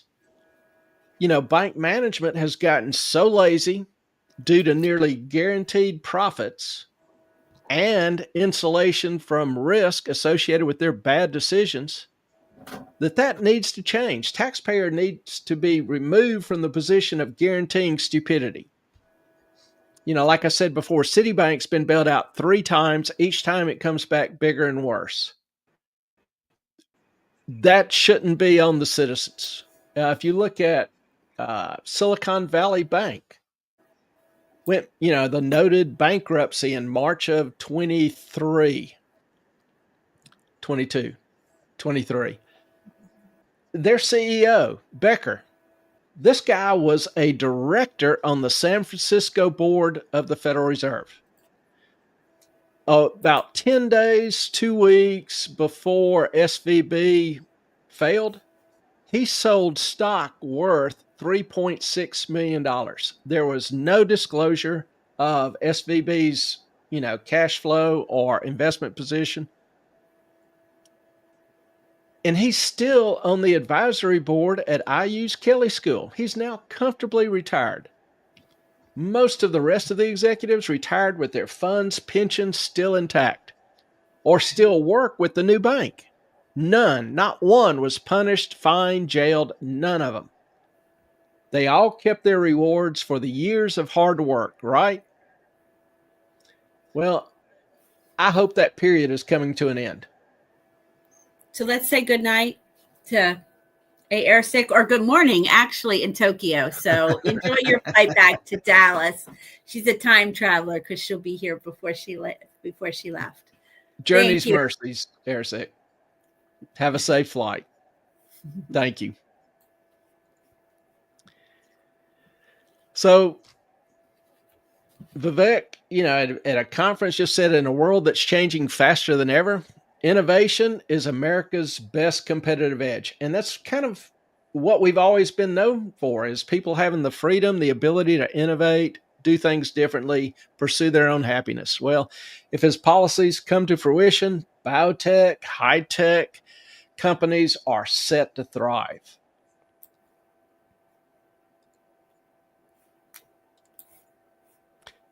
Euro swaps.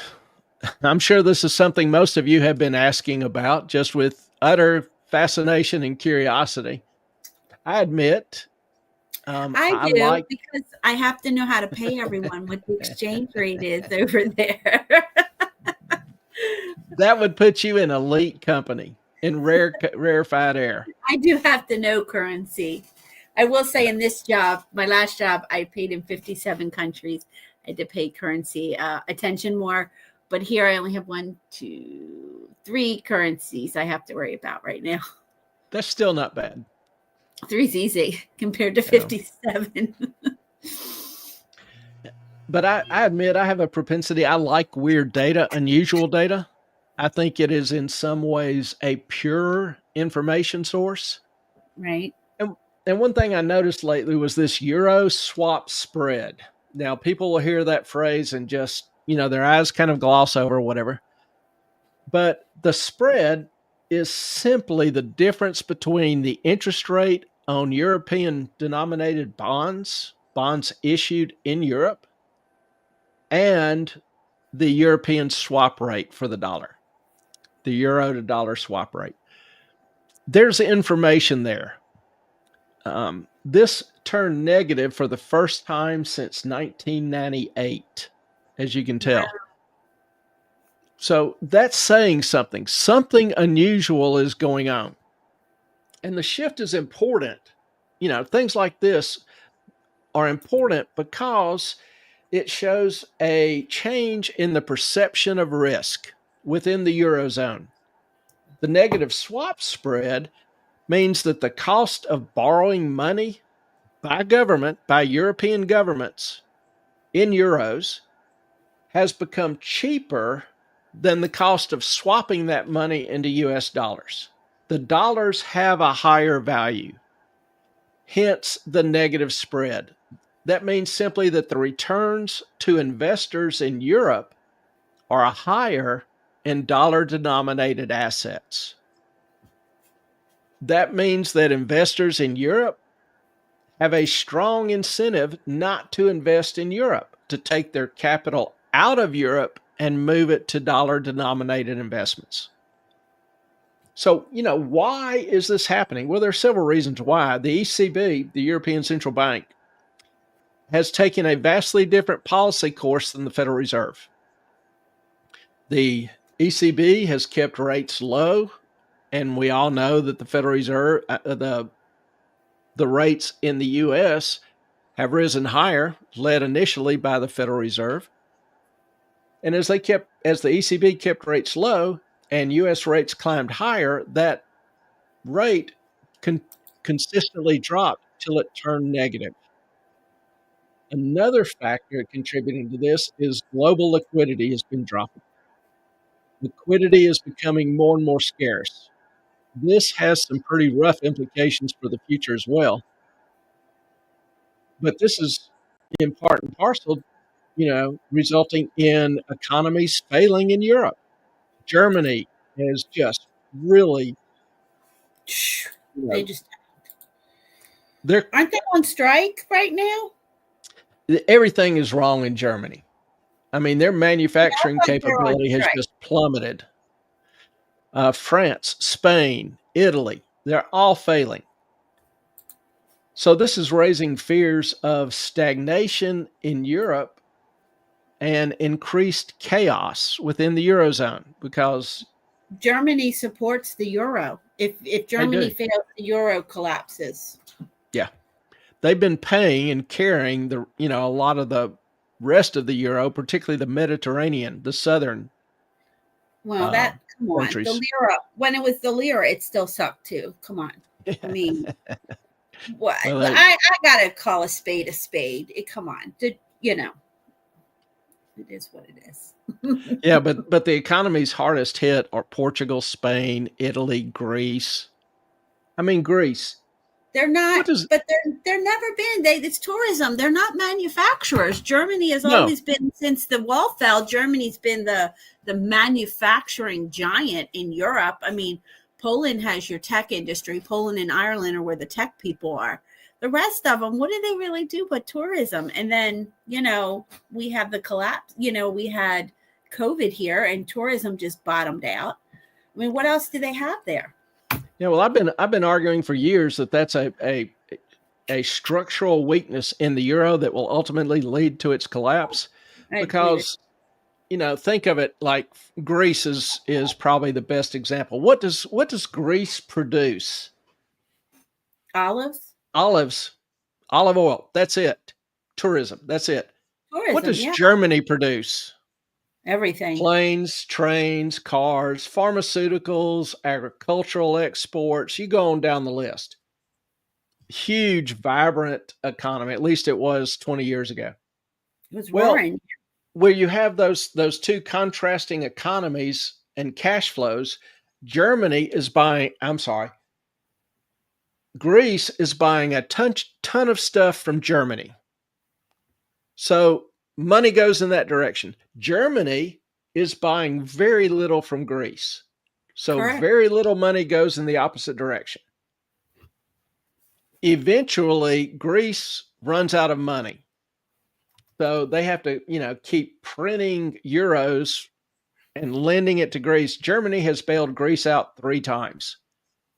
And relations between the two have gotten more and more hostile. The Germans consider the Greeks to be lazy, and the Greeks calling the Germans Nazis. Oh, but that's been that's been going. That's been going on for years. But sooner or later, that structural difference in the flow of money, something's got to happen. Something's got to break, and it will. I can't tell you exactly when, but that is just not sustainable. It's going to collapse. I mean, when Germany collapses, the rest of Europe collapses. Yeah. That's the engine that funds the euro, and always has been since they set it up that way. Even Poland, okay, but didn't they stay on the zloty? So that's not even the euro. They kept their own currency in Poland. Yeah, they did. They're not a full member yet. I don't think they want to. I don't think so either. In addition, this is creating some chaos in Europe. But, if you've been watching the news last night, last couple of nights, you saw the chaos in Amsterdam. No, I didn't. What's going on? I've been busy.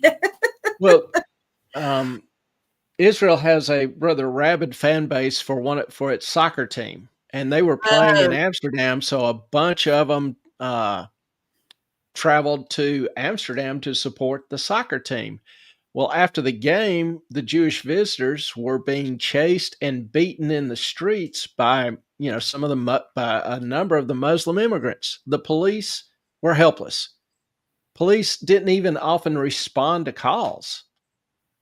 Now you've But got I a will say, city like, over there well, during matches, and they flip cars and burn cars like just a regular soccer match when I was there, because the State Department used to say shelter in place. I'm like, what now? And they're like, oh, they won some soccer match, they're having yeah, but riots. this was just people, roving gangs picking out individuals and beating them unmercifully.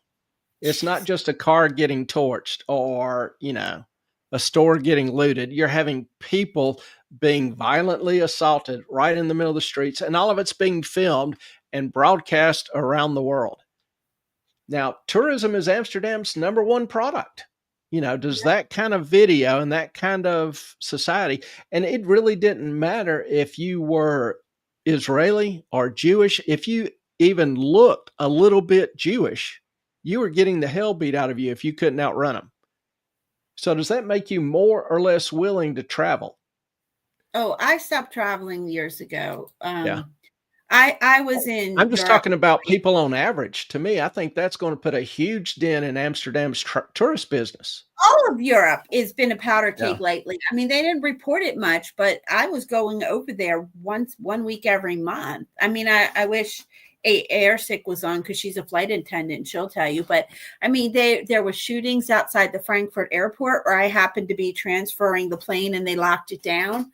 I was there when the SEALs took out Osama bin Laden, and the State Department was like telling us all to hide and shelter in place, because they were hunting down Americans over there when that happened. Yeah. I mean, I had a German friend and went to his house, and I will say, when I traveled all the time, I bought my clothes over there and I had my hair cut and, trying to blend in. But yeah, they were hunting Americans. They just didn't tell you on the news that's what was going on, and beating them up. So Yeah. I don't really think Europe's been safe for a while now, to tell you the truth.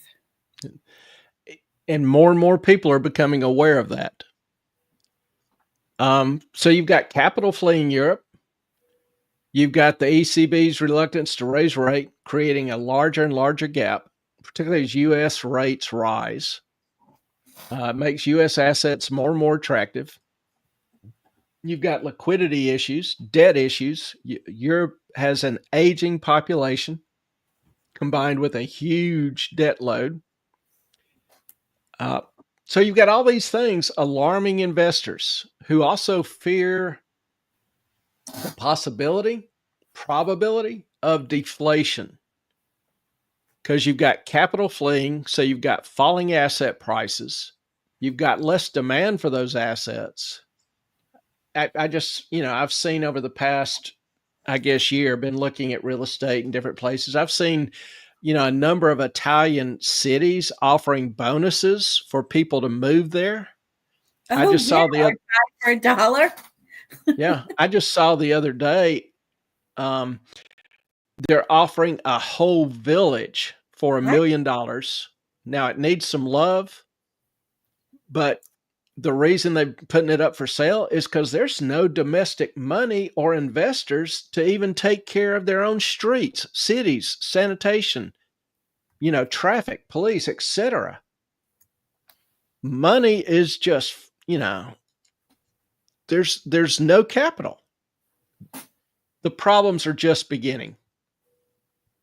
So this negative swap spread basically speaks to the economic instability in the Eurozone. The banks, think of the implications for banks. They're losing capital. They're losing deposits. If you look at these, all the rates, historically have been positive. Some of them very positive. So European banks, could rely on this favorable swap spread. But they're going to face higher and higher borrowing costs in order to try to keep their deposits. They'll have to pay higher and higher yields. Well, they can't just automatically make their income side rise accordingly as well. This just creates a lot of deep structural problems. it's just a big red flag. So I thought that was interesting and somewhat indicative of what lies ahead. A few other things. When we look at industries that are going to be in vogue or out of vogue, Trump's favorite motto or saying is drill, baby, drill. Yeah, it is. And, a lot of people think, hey, he'll support fossil fuels and decrease emphasis on quote unquote renewable energy, which is exactly what will happen. And some people think he is owned by the big oil companies and they will just have abundant profits. And that's why I put this graph up. This is 3 of the larger oil companies, Exxon, Chevron, Conoco. And if you look, you can tell from 2014 through 2018, 2019, their stock price really didn't move a whole lot. It remained, about the same, around the $100 to $120 range. Beginning in 2019, the stock prices started falling. Then, of course, you had COVID, where they dropped sharply. Okay, I never include COVID. Yeah, take that out. That moves. That Yeah.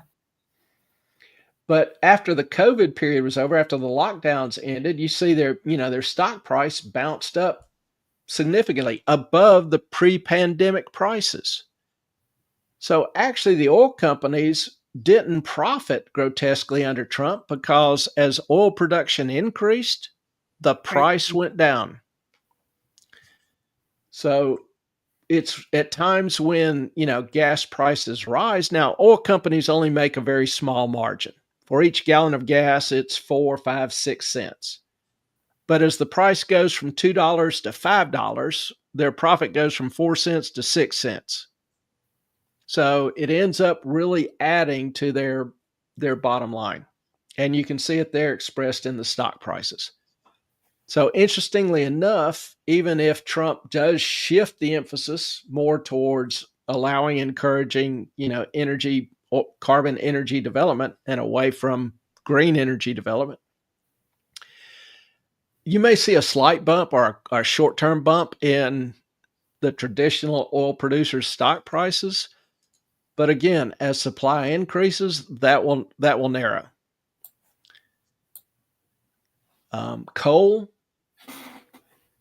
Many global powers are pivoting away from coal. China and Russia are becoming more and more dependent on it, particularly China. China's building 2 new coal plants a week. But how much coal do they have there until they have to start importing it? Don't know exactly, but a bunch. Yeah. More than in the Appalachian Mountains? Yeah. And they want cheap energy. They realize you cannot have a prosperous economy without cheap energy. So, Trump has somewhat the same mindset. So he sees, natural gas, coal as reliable and a crucial energy source that we need until something better comes along. We just simply don't have enough alternatives to continue to try to kill it. So you could see, some of the oil industry having a modest revival, especially in states where coal mining supports the state economy. So you could see companies like Peabody Energy and Arch Resources, stand to gain. Green energy. It's, winter is coming. Is it really green? Is it really green? I have argued for a long time it's not. I'm being facetious because you can't, It's not really green. They say it's green, but it's not green. And who benefits from that? Yeah, I have waged war against windmills many times, for example. Even solar panels, and the batteries. The lithium ion, if you're not careful, can explode. And then you see them in the Teslas. You can't put them out. They burn too hot. It's good if you want to live off grid, but there's a cost. Get rid of them? How do you Yeah. get rid of them at the end of their life, right? And what about those poor kids in Africa that have to mine those rare earth minerals? The cobalt and the I've um, seen it, yeah, and just yeah. the pits of toxic goo when they do it. Oof. A lot of it's mined by Uyghur slaves in China. Weaker. Literally slaves. It's pronounced weaker. Okay. I'll I stand don't know corrected. how you get weaker, but that I was told it's pronounced weaker. I'll go with that because can't say that I've ever had anybody correct me on that I've and been not correct. really sure. I've been Um, corrected. That's why I'm telling you I was corrected. It doesn't yeah. look like Uyghur, but we don't speak Mandarin, right? Yeah, So it's Ughur. So, and they call I would think most translations are generally phonetically oriented, and so I pronounce it accordingly. But you know, Jesus in Mexico is pronounced Jesus.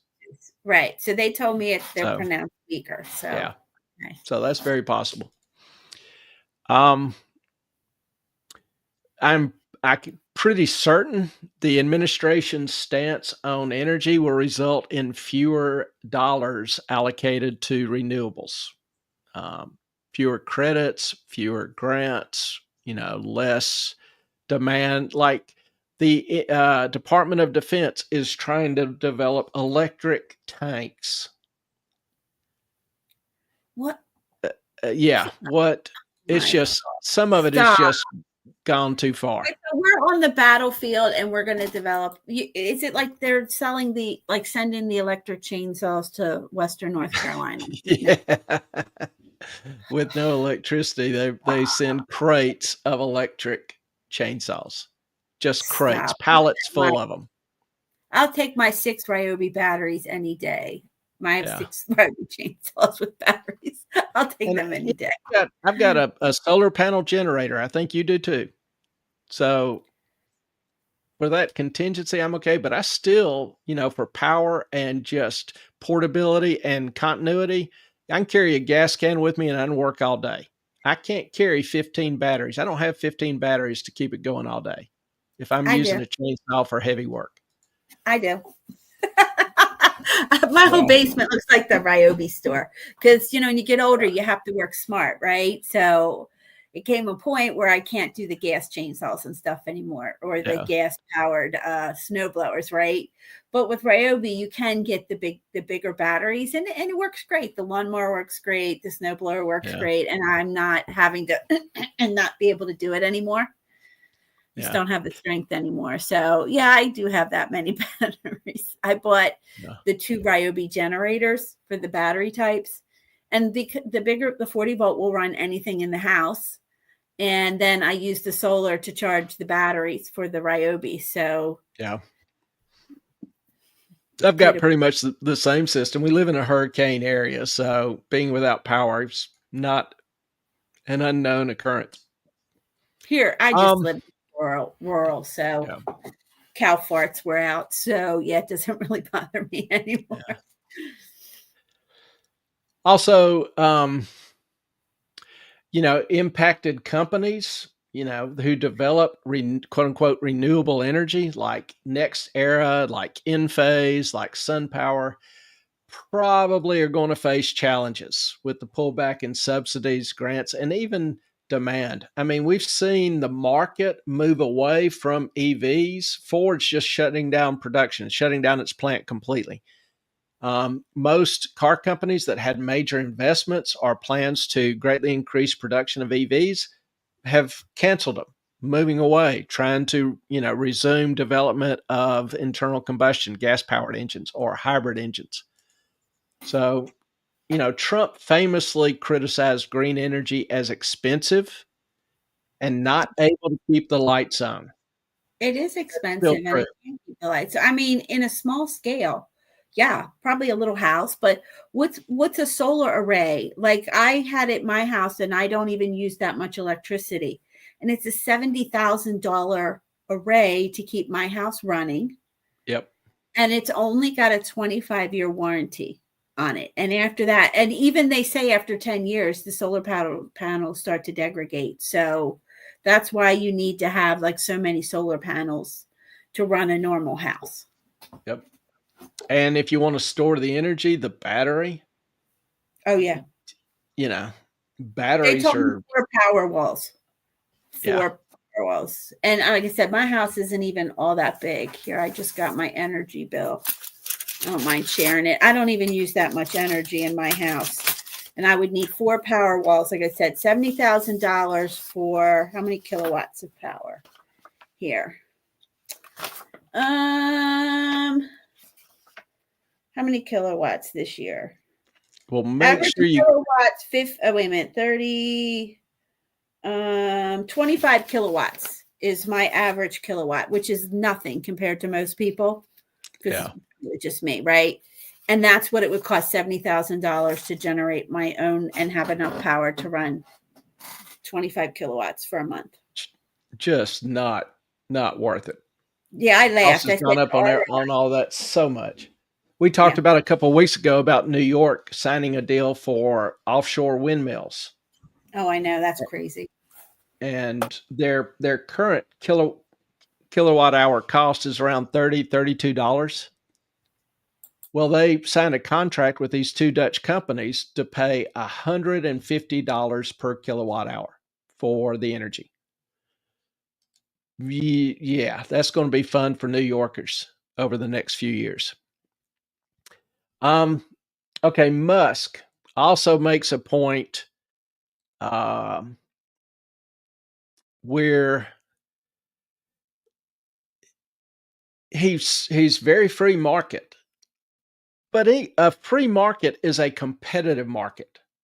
And there are some times where companies can grow so big they kill competition. That's not a free market. So Musk is his approach is to looking at companies like Facebook, Google, etc., and saying they have become too big. They control the market. They can squeeze out competition. And so those companies need to be broken up. So those and others could become much more volatile as stocks, as investments, due to regulatory pressures and moves to break them up.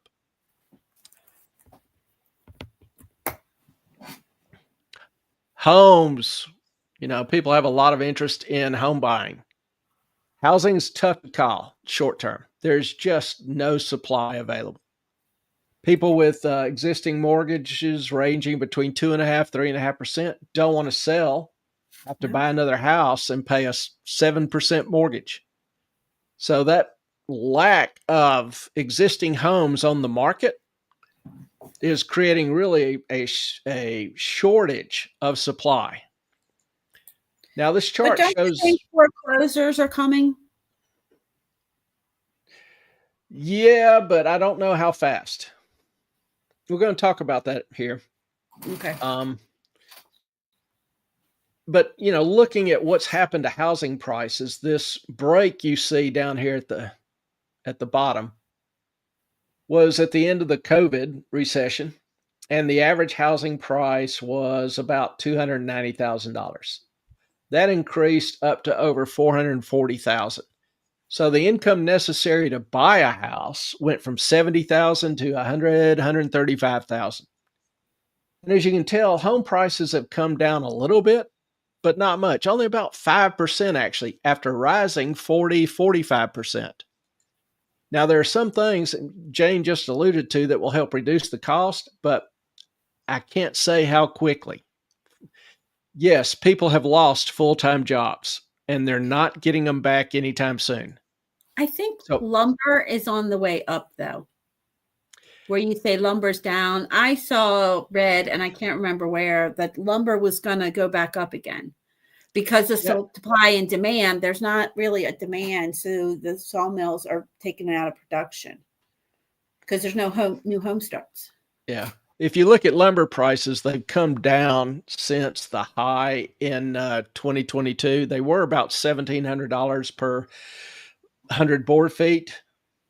Now it's about 550, and it's been around the 550 mark for 9 months, somewhere around there.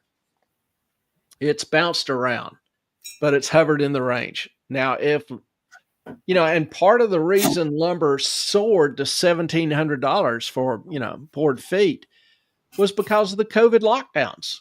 Yeah, they Lumber shut. mills shut down, lumber just wasn't available. And if that's happening again, and a lot of those never reopened. Correct. So lumber, has still remained higher than it did pre-pandemic. But, if lumber mills are starting to shut down again because there's no sales, supply is going to dry up relatively quick. So yeah, people have lost full-time jobs. So how long can they afford the mortgage before they get foreclosed? Don't know. Can't say exactly. I know savings have been depleted. I know credit cards are getting maxed out. Probably not much longer. In addition, boomers are retiring in droves. So most retirees, or a lot of them, when they retire, they downsize. That should increase supply somewhat. Also, boomers are dying. We're kind of getting to that age. So as they die, that should increase supply. I'm not trying to be morbid, but that's just a practical reality. That's life. That's life. Yeah. And, removing illegals, that should free up a fair amount of real estate and apartments around the country. Depending on the number and the rapidity of deportations, it could lead to a drop in rental prices in a lot of cities, a lot of areas, or prevent larger hikes from continuing to occur. This could be actually probably the largest key to improving some supply in the short term. Live tiny, live free. Saying. Yeah. The tiny home market is still exploding, especially as they deregulate and there's places now to park them. More people I see are going to that trend because it's easy. Yeah. It's It's cheap. easy, simpler, it's cheaper, they can afford it. And, people have realized they don't need tons of empty space. Sometimes simpler is better. And I think people are relearning that. We'll see. Oh yeah, some of the tiny houses that I know people that live in them, are spectacular because it is a smaller space, but you can afford to get a piece of, the best granite on the market if you only need this much. You don't need a whole thing, right? And It makes so a huge difference. even the They're tile, small but cool. yeah, and even the tile they use, right? Okay, maybe it's a $30 per tile, right? But if you're only tiling a little space like this, right, you can go ahead and you can get that really nice tile, right, and still not blow your budget. So just because you're tiny doesn't mean you're subsisting, and people that I know pay like $27 a month for utilities. Like one woman I know that lives in tiny town, all of her expenses, and it's in Tennessee, are $227 a month. That's her insurance, her gas, water, sewer, all of that is $227 a month. Yep. She Makes it a whole lot easier to enjoy your retirement. Yeah, and she has a hobbit house, so she did the whole, with the pretty little roof and the round door and all that. So she got it from someone else, had it gutted. So she paid $30,000 all in. Now that same hobbit house is probably $150,000, but a wonderful kitchen and just perfect for her. Yeah, you can, by downsizing, you can still afford some pretty cool accoutrements, nicer sinks or, bathrooms, better trim work, whatever. It does, a lot of people are preferring to live smaller, but have more character rather than just some of these cookie cutter, few box, mass produced homes. So what's next? What will happen? It's a question really I always am asking. I'm asking that continually, looking at what's changing in the environment and the markets, what trends are changing. But the good thing is, I think, investors are increasingly starting to get back to focusing on the future hence the title of tonight's show. Government rules and dollars obviously can have a huge influence. If government is going to reduce support for politically favored firms and industries, if it's going to allow or even encourage more competition, and I believe this will favor investors. It ultimately will favor investors. There'll be some chaos, there'll be some transition, but investors and consumers will end up being far better off. So, as an investor, prepare for some volatility, but there's always opportunity. Stocks in sectors like carbon and nuclear energy, biotech, technology, technological innovation, I'll say. Some of the old line technology, maybe not so good, but companies that are innovating, they're going to do well. Conversely, investors in the green energy and banks, legacy tech, other heavily regulated sectors that now are going to face competition may want to adjust their portfolios accordingly.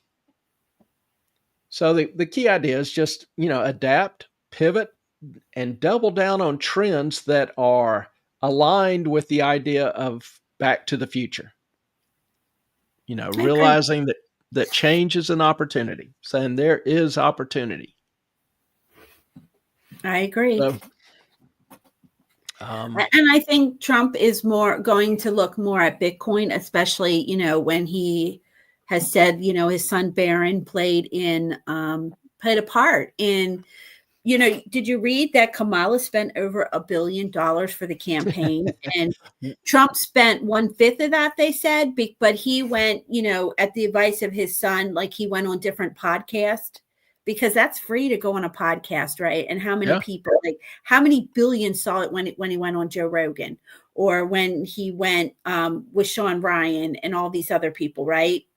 I mean, Sean Ryan that week was the #1 podcast when he went on that podcast. Well, we're seeing some receipts now where, for example, Kamala paid Oprah $1 million for her endorsement. For what? To endorse her campaign. No, I know, but I'm saying what. She was interviewed for some show, and Kamala didn't want to travel to the host's location. That is Joe Rogan.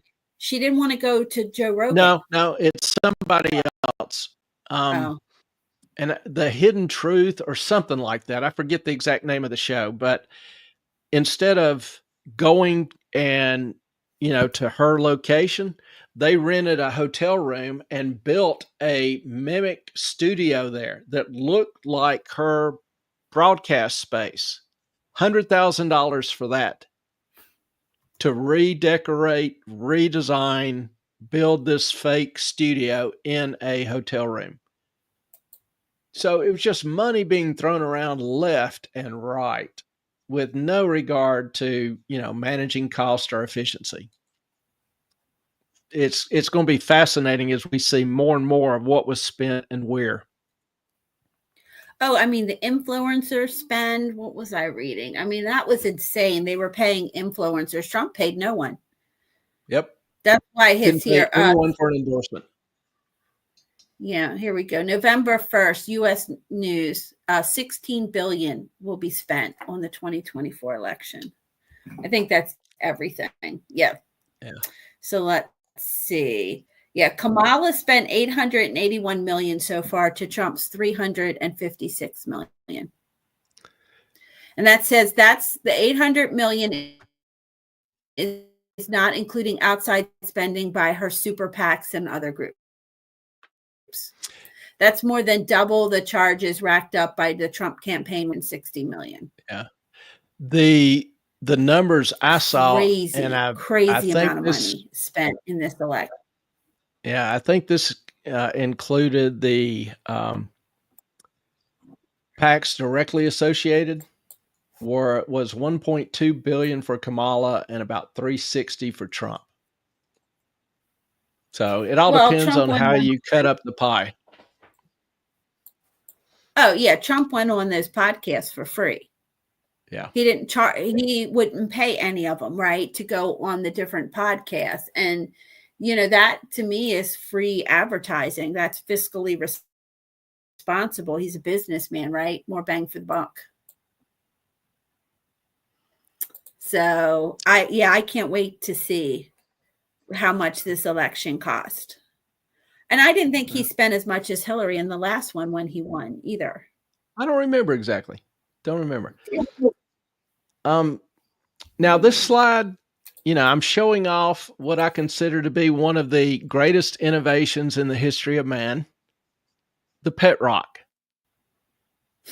And if you'll notice, many of you may remember or even have owned a pet rock. I own one. It's at my office. And you'll notice, the little title in this, the box contains, I actually bought one. Said this box contains one genuine pedigreed pet rock. So it's a purebred pet rock. We went out in our field. I actually had a beautiful one. And the beauty of this is the pet rock would come with its own pre-made bed so it could sleep and rest comfortably. Obviously, the box was aerated, had holes so that the pet rock could get plenty of fresh air. And it had a nice little carry case so you could take your pet rock with you wherever you went. It also came with a pretty detailed instruction manual that outlined how to care and love for your pet rock. How much, how to give it proper attention, how to hold it and keep it warm if it got real cold. It also talked about the pet rock is a great defender. It's very protective of its owner. Mm-hmm. And it can, if a threat emerges, it will oftentimes attack the attacker. So it had a very detailed instruction manual on care, love, treatment, and training of a pet rock. P.T. Barnum saw people like you coming.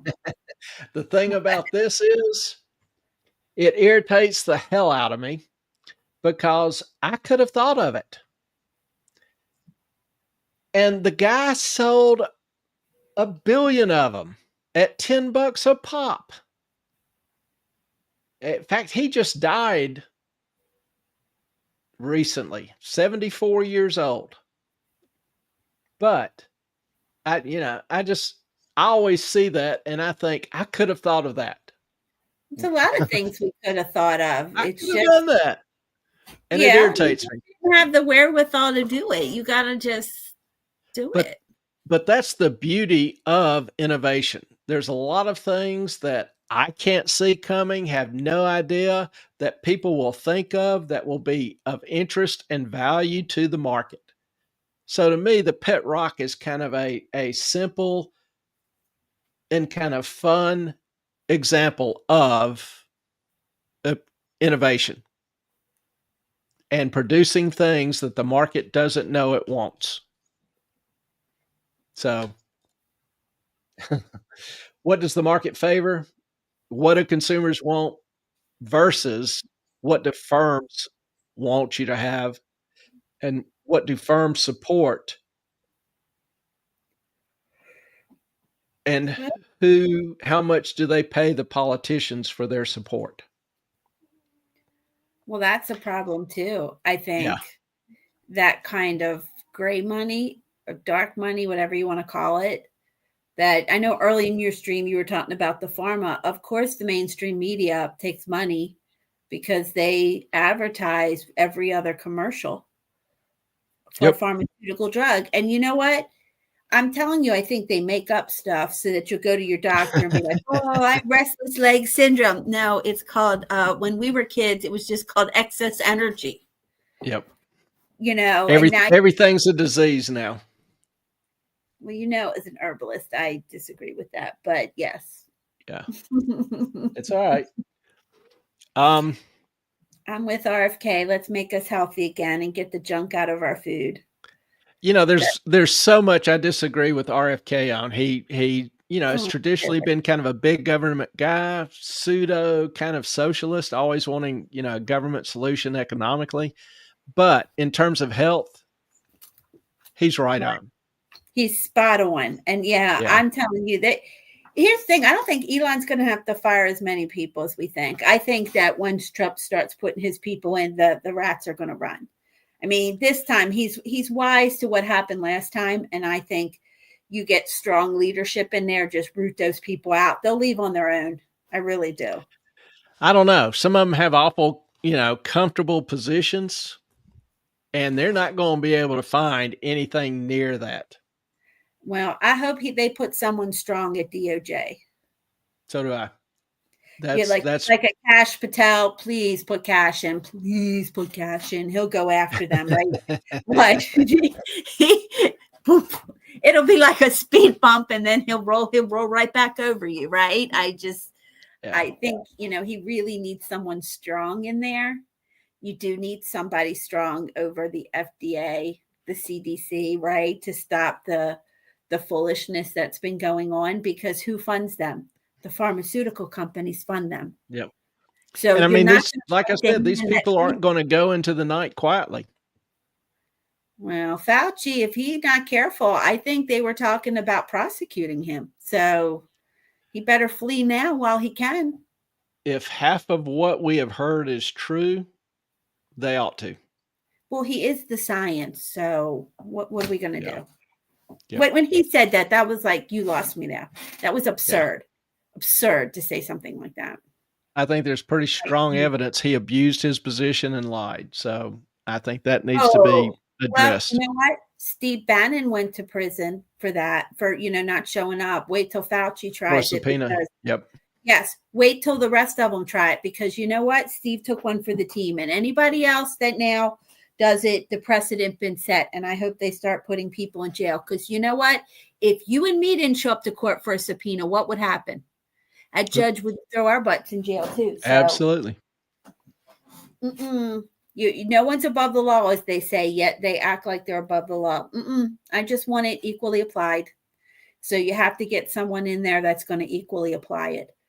But I do think if whatever RFK gets and whoever he gets for DOJ, look out. I think people want accountability for what happened. I agree. I mean, and I think it's way overdue. Well, my mom, and that you can't tell me it wasn't that vaccine. I'm sorry. You know what I'm talking about. She had a stroke. The first one they gave her, she had a stroke 8 hours later.